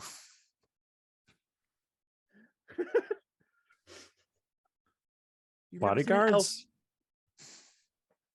Oh, yeah. Sometimes you gotta give somebody a handout, a leg up. You know how it is. Oh, I see. Sparrow will resist the urge to give Sounder a look. For her part, Oriana looks as pathetic and wretchly as possible. Okay. So yeah, they open the door for you. You can go ahead and go in and explore. So yeah, you see it's fairly dark in here. Let's see, is there a way to do light source? Probably. Yeah, okay. There are just some torches like that are set up, some like burning braziers, torches along the walls. It's still kind of shadowy in here. Fortunately, Oriana can see really well in the dark. As can Sparrow. Excellent. Although as they get inside, she'll be like, it's almost like he's never seen an elf before. I know I'm beautiful, but please. Sounder, you're pretty sure that the reason that he looked askance at your companions is that they didn't look like couriers or porters of any kind. Yeah, that tracks. But like once you said, yeah, I'm just helping out some people, he was like, oh, okay, sure. Yeah, once we're not getting directly looked at and we're actually inside, then the look will happen. That little just side eye, like. Sounder, for her part, just Okay. First trying to look a different direction and then just kind of, oh, well, I'm sorry. We had to get in, didn't we? If it worked, it worked. So there are just some folk back here going about their business, carrying trays of food, linens to be laundered, things like that. There are some soldiers as well, just like guards keeping watch in this area. And I will put them on the board as well. Okay. The guards eye you when you come in, mostly because two of you look a little strange. But you're here with a person who looks like a merchant, kind of a grizzled merchant, but a merchant nonetheless. And they're like, oh, okay, sure. So where would you like to go? I would like to see where the people taking stuff to get laundered are going, and like I'm taking a moment to see where people are moving to and from, to try and kind of gauge where the components should not be going. Okay. Yeah. Good call. All right. So the laundry is headed, let's see. Oh, I could always just zoom out on the map. Why don't I do that? Okay, here we go. The laundry is headed this way, which is toward the northwest, essentially. Okay. They're headed through a door that you could just make out. It's right there. And the plates of food are headed to these doors here. All right. And which doors are they headed out of? Can we see that from here, or? You mean where's the food coming from? Yeah. It's also coming from the northwest door. Okay. You suspect that maybe there's a kitchen back there of some kind. Okay. Dang it. Sounder was really hoping to not have to do this, and is gonna kind of lean over to Oriana and Sparrow and be like, all right, so you know that me and talking aren't the best of terms, so help me figure out where these components are supposed to go, and we can get going to where we need to go. I think between the two of us, we can manage something, can't we, dear? Indeed. All right. Thank you. Let's, if we go towards the north, does it seem like, so basically my question is, what seems like it will lead towards the greater space of the estate? The like the Great Hall and stuff where the revel is going. Is that what you're asking? Yeah. You're pretty sure these doors to the south would lead that direction. Okay. Because you went past a bunch of mansion to get to the kind of back side entrance.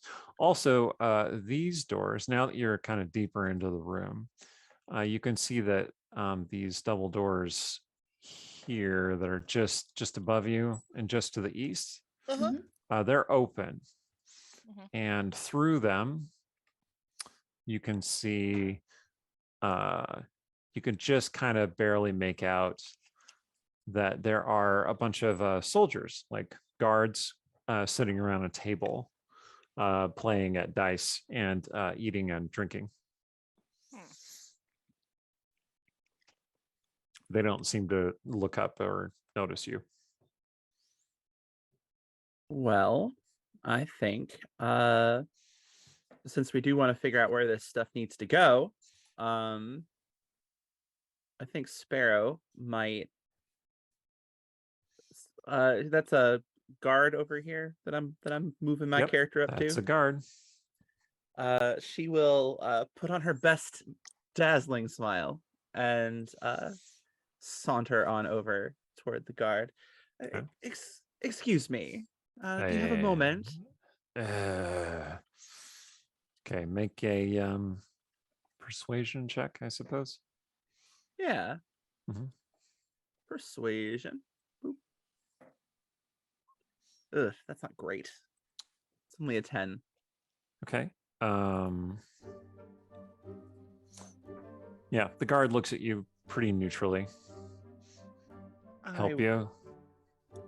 Yes, my compatriots and I are here with the delivery of spell components for the Lord of the Estate. We were hoping you could direct us in the proper place to go to drop these off. The directions weren't exactly clear. Guard looks at you, looks over at Oriana. Yeah, the Lord is always doing strange things with magic, queer things in the night that just. Yeah, well, you'll I suppose he'll want them in his study, but the door isn't always there. He points over toward the west wall. The door isn't always like right here. Okay. But there's no door there. Are you quite sure that He shivers that's a again. wall? He shivers again. He's like, I know it's a wall. It's just not always a wall. I see. Well, when is it not always a wall? Does the door appear? When the Lord commands it, mostly. Oh, that does complicate us being able to drop off the goods, doesn't it? Well, you can just leave him here and be on your way, I suppose. Oh. Well, Yes, but there's very... we were Go ahead. instructed to see to it that, these goods reach their final destination safely with us seeing directly to provide Yes. confirmation. There are some very sensitive materials in these goods. Yeah. If we were to leave them out, someone could walk off with them, and that would be on our hides at that point. And it's also, again, I cannot, and like she looks at him with like the full creepy eye and everything, just like, I cannot express to you the dangers that would happen if someone who is not properly trained in these dark arts were to utilize these components in a way that they were not meant for. Is this persuasion or intimidation that you're attempting here? Persuasion. Excellent. Either way. Yeah. It's just going to affect what the reaction is. Oh. Shoot. Crap. Did that not roll? I don't see any result. It didn't roll into Roll20, but I saw it pop up in D&D Beyond. Yeah. All right. You can pretend that it was not what you actually rolled, because I didn't see it. So. Okay. Fair enough. Dang it. Because I had to switch to Microsoft Edge to run Oh, because I it was see. crashing my Chrome. Oh, no. Yeah. Yeah, you have to have them open in the same browser, I think. Yeah. Yeah. So I'm using them. I don't know if the extension works for Chrome or not. Let me see if I can do it in You'd probably have to install it in the browser that you're using it. Okay. Yeah. Dang it. Anyway, it's fine. Just tell me what result you got then. I rolled a 19. Oh, I can geez. send you a screenshot. Yeah. No, it's fine. I trust you. It's I fine. can corroborate. I can see it right here. Yeah, Okay. but you're biased. No, I'm just it's fine. No, I believe you. Okay, yeah, the guard shakes himself and is like, yeah, you're right. You're right. Yeah. Creepy I mean, pretty lady. You're definitely again, right. I just want all of you to be safe. And- Okay. Yeah.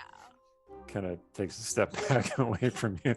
And he's like, all right, well, I think I could get you through there, through the kitchens. There is a door there because the Lord he does like himself a midnight snack. So yeah, come with me. Bring the dangerous things. And he starts heading over toward that door in the northwest. Heck yes.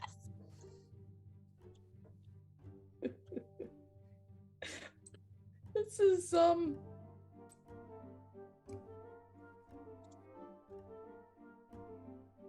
Yeah.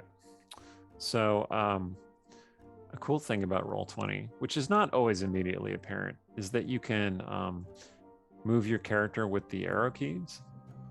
So you can move up and down and stuff, and side to side, which is what I'm doing for him. oh. It just kind of naturally slows the movement speed, so it's easier to follow. Yeah, that's fair. All right, yeah, you see a bunch of people working in here. I'll just drop some tokens on the map. They're making food.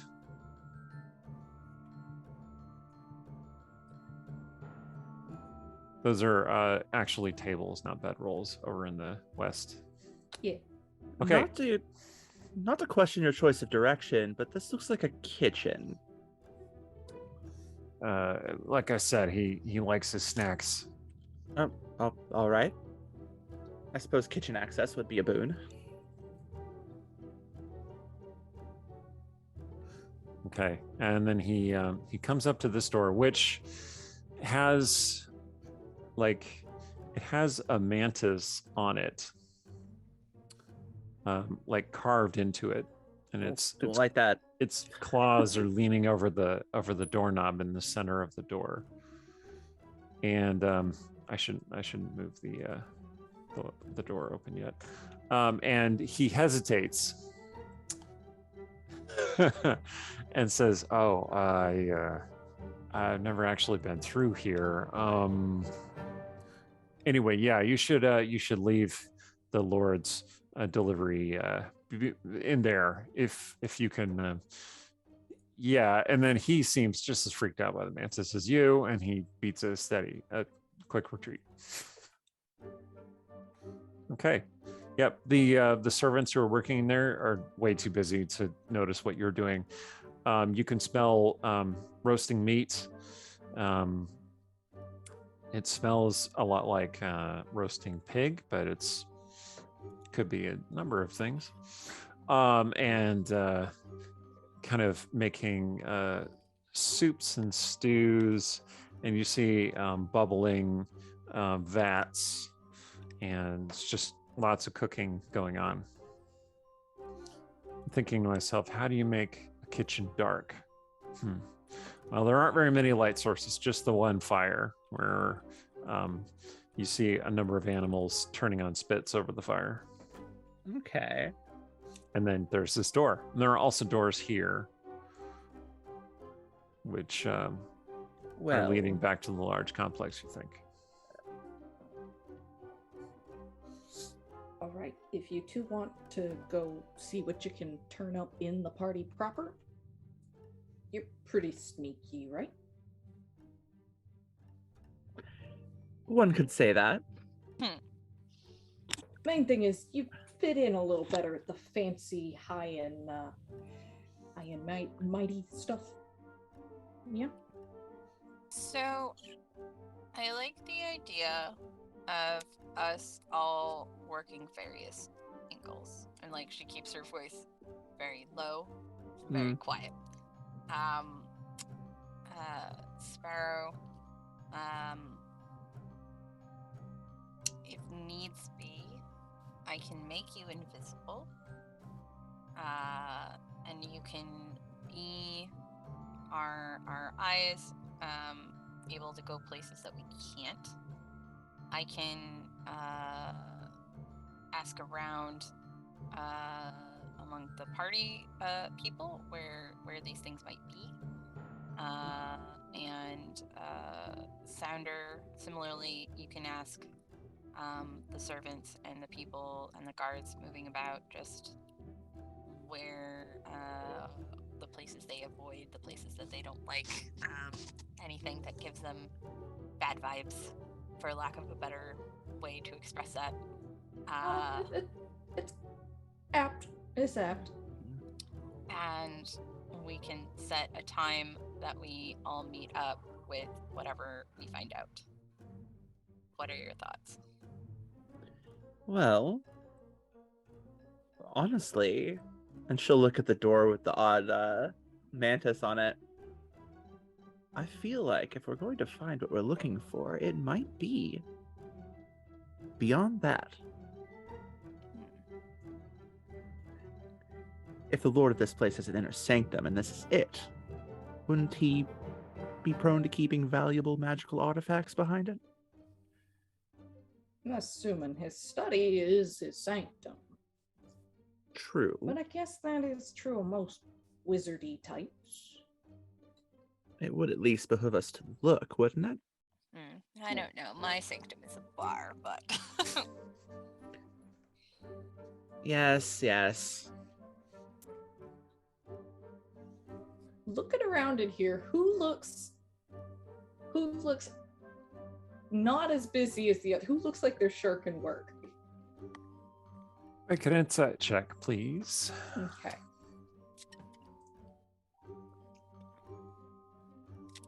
That is not with advantage. Let me fix that before I roll anything.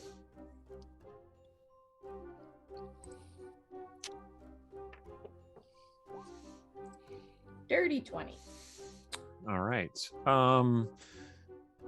Yes, there is indeed one of the cooks, or well, a laborer. There is a half-orc, or someone of orc heritage, who is over here in the corner, and they are sweeping up, just kind of glumly. Their heart doesn't seem to be in it, and whenever the other cooks aren't looking, they just stop and lean on the broom. So that's where Sounder's gonna kind of mosey over to trying to stay out from underfoot of all these actually bustling about cooks and such. Mm-hmm. You do get a couple of dirty looks from the cooks, but largely they are just too busy with what they're doing. I think you'd rather I bother him and not you. Okay. Yeah, you go over to the orc blood person over there. They look at you. Oh, sweep a little faster. Don't worry about it. I ain't gonna tell. But I got a question for you. We gotta take those crates in through that door. Do you know how to get it open? Oh, the mantis door. Because it's spooky and I don't want to put my hand near it if it's got some kind of trick to it. They kind of furrow their brow. Well, I have seen the Lord go through the mantis door once, and there was some kind of key. I did see. I also saw one of the scullery lads try to go through the door once without the key, and it did not go well. He stopped cleaning pots because he didn't have no hands for cleaning pots, if you know what I mean. Okay. While this is going on, could Sparrow get a better Sparrow wants to examine the door more properly, the lock, all that, doing the thiefy thing. Okay. Should I roll? What should I roll here? Make an investigation check All right. because you are literally investigating a. That's Nice. a nat 20. Awesome. Okay. Yes. All right. So it's a mechanical lock of some kind. You're pretty sure. But then you are in this citadel that is owned by a man whose power bends the laws of physics and the universe. So you can't totally leave out the possibility that there's some weirdness here. But it looks like a mechanical lock, and it has a scything blade trap. If you try and unlock it without the proper key, those blades will come down. Okay. Can I make an attempt to disable that? You certainly can make an attempt to disable it. Do you want to do so in open line of sight to everyone in the room? No, Because I that's don't what's particularly going on do right that. now. Yeah. The cooks aren't paying a lot of attention to you, but one of them if I glances over at you. The longer you stay in the room, the more attention they pay you, because it's a little Yeah. strange that you're there. Can I use Mage Hand perhaps to knock over a big pot of boiling water to cause some sort of big distraction? Why, yes, you can. There are pots of boiling water or other liquids on several of the tables, including the tables in the west and this big central one. I want to knock over a pot in the furthest corner from Allie. So if there's one like over here, yeah, like here. over by the janitor. Oh, actually, yeah, maybe over here or something. I just moved Sandra over there because I know Sandra was interacting with the sweep. Yeah, because I don't want to boop Sounder, because like right now my character's in the opposite corner, so like no one's paying attention to her, right? Sure. Okay. Yeah. Yep. You just do it. Yeah, And then this guy is going to make a saving throw to avoid getting hit by boiling liquid. Oh nope, he did not succeed. Oh no! Oh no. And I send a youth message to Allie with you have your distraction. Now make use of it. Okay. He takes a little bit of fire damage. All right. Well, and starts yowling like, no. Okay. That's certainly getting some attention. All right. You gonna do your thing? Yep, I'm gonna do my thing and try to disable the trap on the door. Okay. So this would be a dexterity thieves tools check.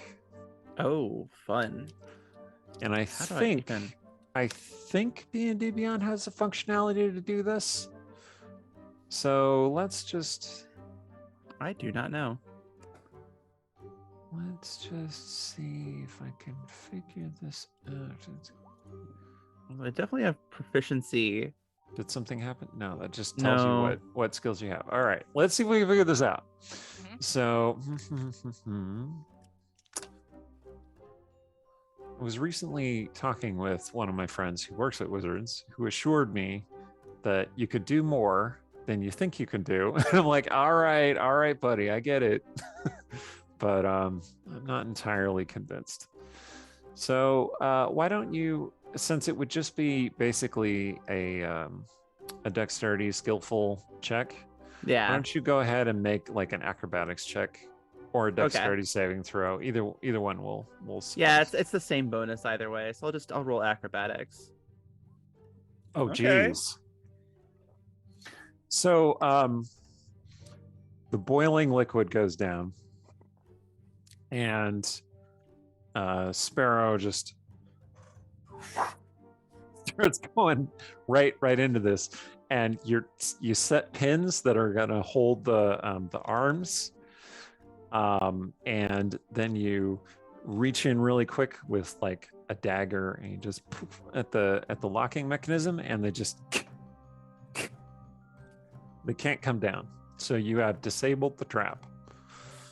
You disabled it well enough that you could re-enable it. So you didn't break it, you just disabled it. Lovely. Mm-hmm. And no one seems to have noticed. You did it very quickly.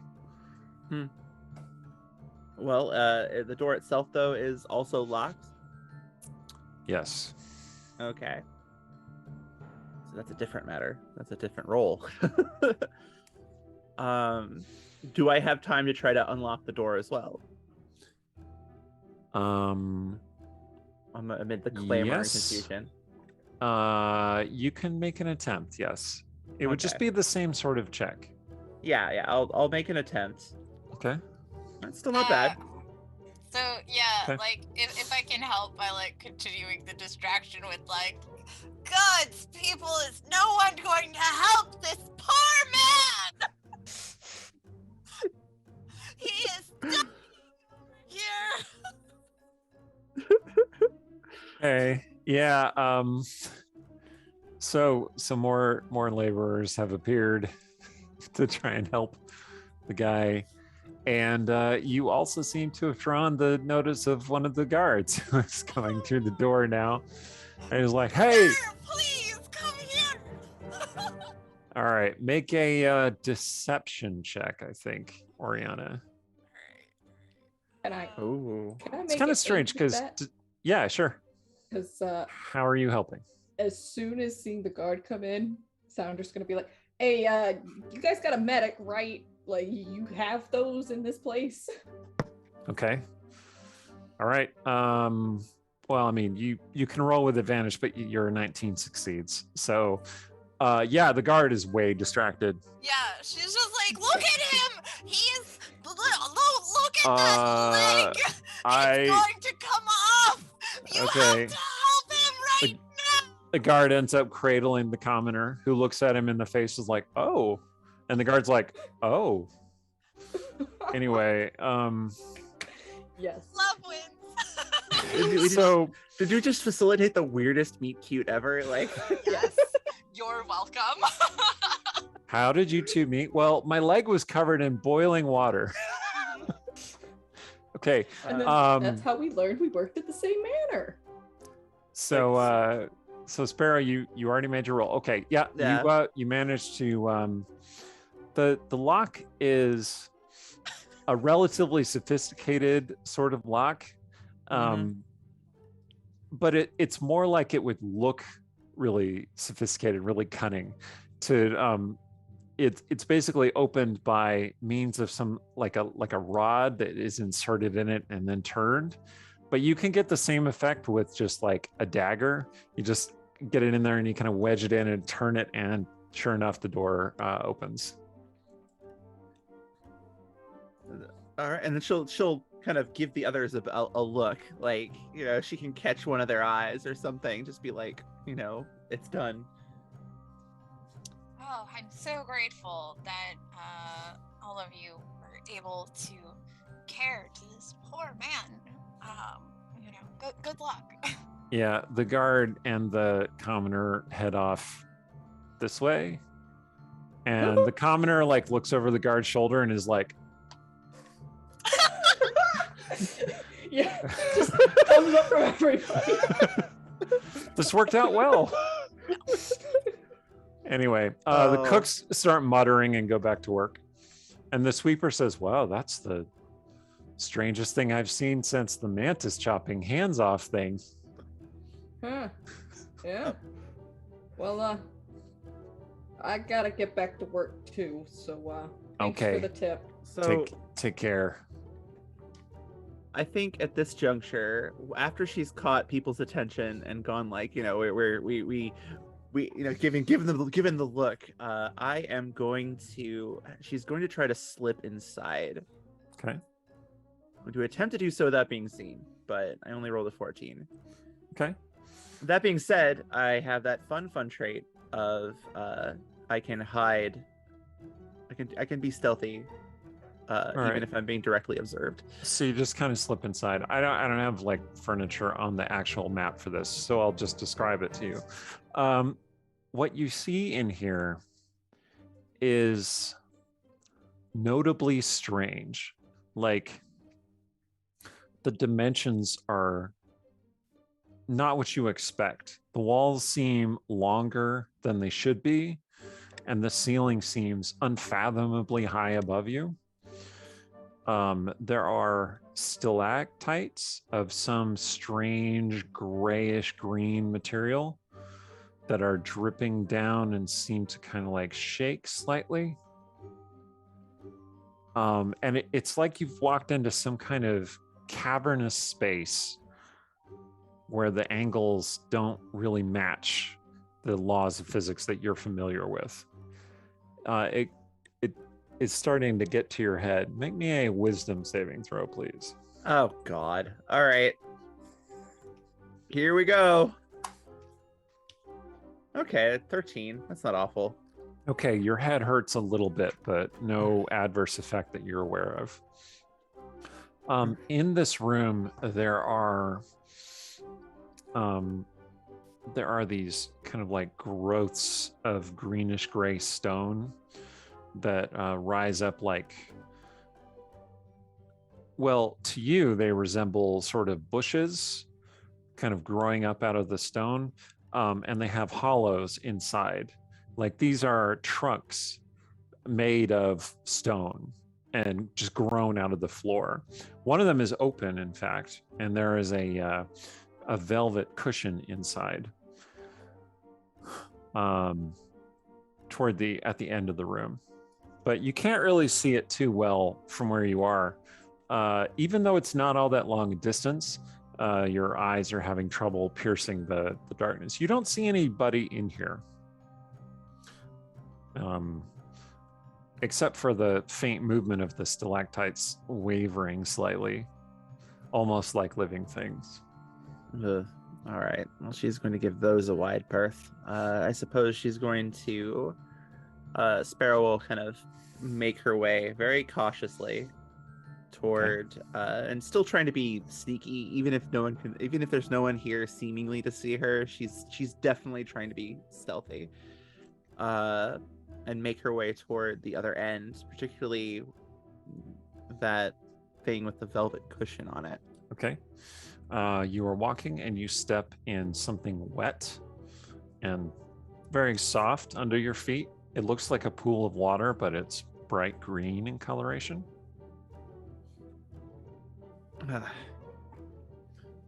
So you watch where you're stepping. Yeah, I just bought these. All right, so I'm just going to go ahead and move your mini then. Yeah. Okay, does anyone else want to follow her now that she's got the door open? Yeah, I'll try to sneak in. Okay. Let's see. Oh, wait, oops, I picked it on the wrong thing. Because I have to use, what do you call it?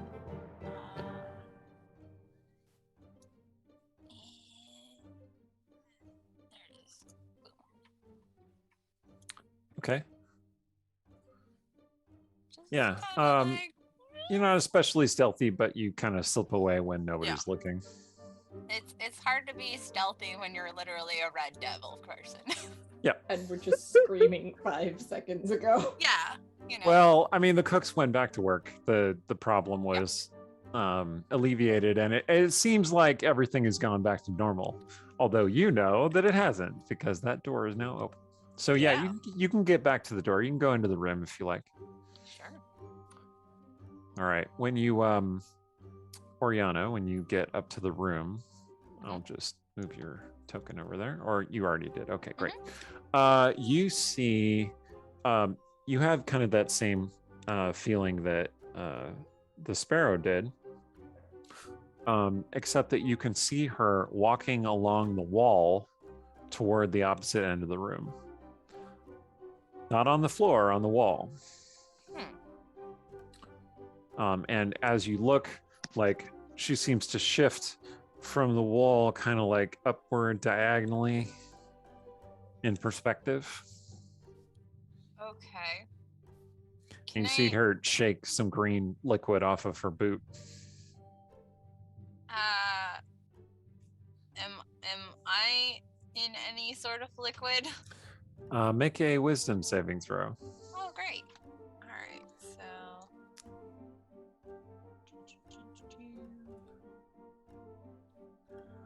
I'm not entirely sure how Oriana's. Oh, okay. All right.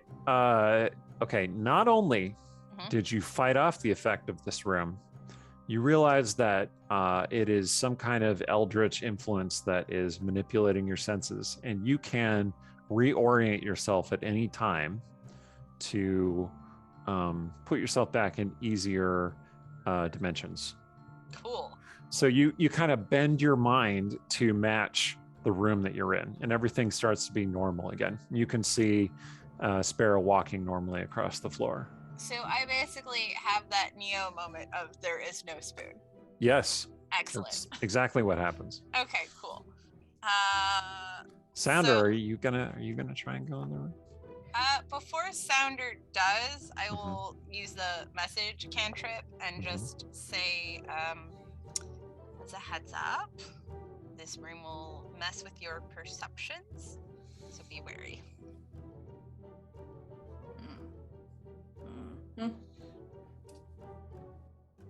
Sounder's gonna send back via message. Just keep in mind, be quick. These sorts of places have alarms on them usually. Okay. Sounder is going to try and enter the room though, but Okay. first, bring in a crate because I mean that's what we're here for. Gotta keep them Yeah. Yep. Okay. I'm gonna set one of them down to keep the door from closing again. Nice. Good idea. All right. Yeah. So you're close enough to see inside the room at least. All right. To you, it looks like some kind of. It looks hazy. Like you can't really see through the door. Okay. And it's at times it almost looks like it's an empty room that they're just moving through, like cautiously. Like, why would they be acting that way? But you're not actually in the room, so yeah. And Okay. Sounder's just inherently cautious, and honestly, on the one hand, yes, cautious. On the other hand, not cautious enough sometimes. Hearing that the room messes with your mind, or rather your perceptions, Sounder's like, well, you can't trick my nose. So Sounder's going to make use of one of her racial traits. And All right. I'm going to shift into my slightly more, what's the word? Bestial form. Slightly. So Cool. already, Sounder looked half orcish, tusks, bit of a broad nose, and kind of pointed ears. The ears kind of fold, grow a little bit, look like pig ears. Nose does the same. Face just kind of dimensionally gets a little more boorish, because why not? And so coming through the door now with another crate is still Sounder, but looking considerably more like a pig. Okay. Just kind of grunts a little bit as she comes through the door, because okay, what am I going to walk into as I come in through this door? Okay. So you will also need to make a wisdom save, but because you were forewarned and you took precautions, I will give you advantage on your saving throw. That's excellent, because that's exactly what this mechanic does for me. Perfect.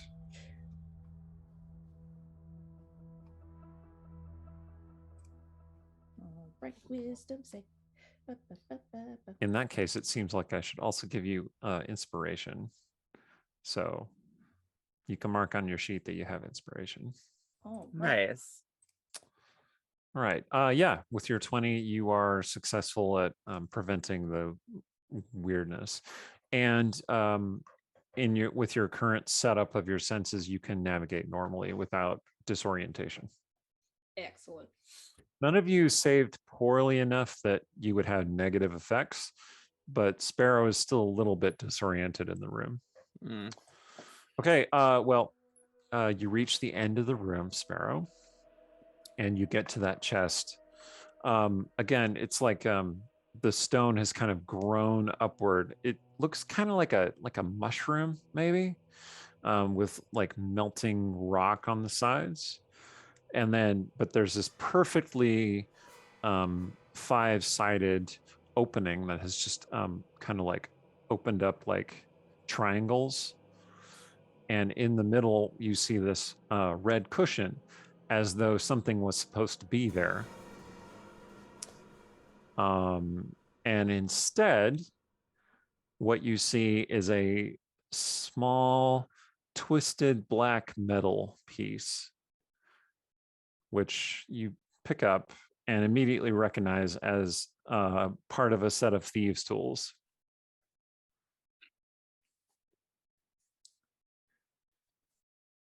And it is. Yeah, go ahead. Someone's beat us to the punch. And it is at that moment that the east wall like burbles and then opens like an orifice in a body, just, and a man comes through. Oh no. Okay, a crumbling ruin of a man, seeming to rot as you stare at him. Lank gray hair, sunken eyes that always seem to be looking directly at you. Do you meet his gaze? No. I mean, okay, so Sparrow is going to look think at him. Sounder has a So choice, because I mean, looking at this man, it's like, where is he looking? Okay, Sparrow, wisdom save, please. See, I walked into it. I knew it was going to be bad. The world falls away and you sink into time, turn to quicksand all around you. Your eyes are locked together. His craggy face, which elongates and distorts as you look at him, says, "What is the meaning of this?" And that is all the time we have for tonight. So we shall leave it on that cliffhanger for the next episode of Greymantle. Thank you all for coming with us on this experimental first episode of this, what I hope to be a very cool adventure. I have been Eric Scott DeB, the DM of this campaign, usually, not always. And these have been my lovely, very talented guests, Allie Pitchford, Jen B, and Forta. You can find me on Twitter at my name. If you are a fellow old, you can find me on Facebook. I write a lot and I design a lot, and I'm working on a new thing. I had a book that is going to come out in mid-November. Anyway, if you find me on Twitter, I'm probably talking about it. So on that note, take it away, Allie. Hi, everybody. I'm Allie. I hope y'all enjoyed tonight, because this was a lot of fun so far. I am, as I said before, a writer and game designer. You can find me on Twitter at Lexi Phoenix. That's Fenix, which I don't clarify often enough. And it's useful. It's useful. It's useful clarification. Yeah. And if you want to check out more Greymantle stuff, there is a short story called The Sun Spear coming out in an anthology called Never Too Old to Save the World, which should be releasing officially soon, but it's the Kickstarter is funded, and that should be going out to backers first. As well, I have a Patreon that is just you can find me at patreon.com/Alexandra Pitchford, I believe. And I can throw a link up to that in the chat, where you can find more Greymantle stuff, where I am writing a novella, serialized novella that is a awesome heist story called The Phantom Ear Job. both of these stories feature Sparrow in some capacity. So if you want to check it out, I hope you do. And the first chapter of The Phantom Year Job is free, so why not? Awesome. Okay, I'm Forda. next. Yeah. Hi, I'm Forda. You can find me a couple of different places, Twitter and Twitch included, at Fordaver, no dash in between. I've got linked to my Ko-fi on my Ko-fi, on Twitter. Whatever. And I also do illustration. I play games. You can find all kinds of stuff in various places. Yeah. It's more or less all I got right now. Yeah, so I guess I'll wrap this up. Hi, I'm Jen. I go by Savage Sparrow on the internet. You can follow me on Twitter and most things at Savage Sparrow. SavageSparrow.com is my amazing website for nerdy apparel and accessories. But what I really want to promote today is I have partnered with Paizo Publishing, who makes Pathfinder, among other things. And my first collection with them is going to be goblin themed. It is called Kitten Kaboomal. You can find it on Kickstarter. It will be launching hopefully in early October. But for right now, you can go to the link. You can give it a follow. You'll be notified on launch. We're going to have dresses with pockets, awesome hoodies, some shirts, Amazing. pins, amazing stuff.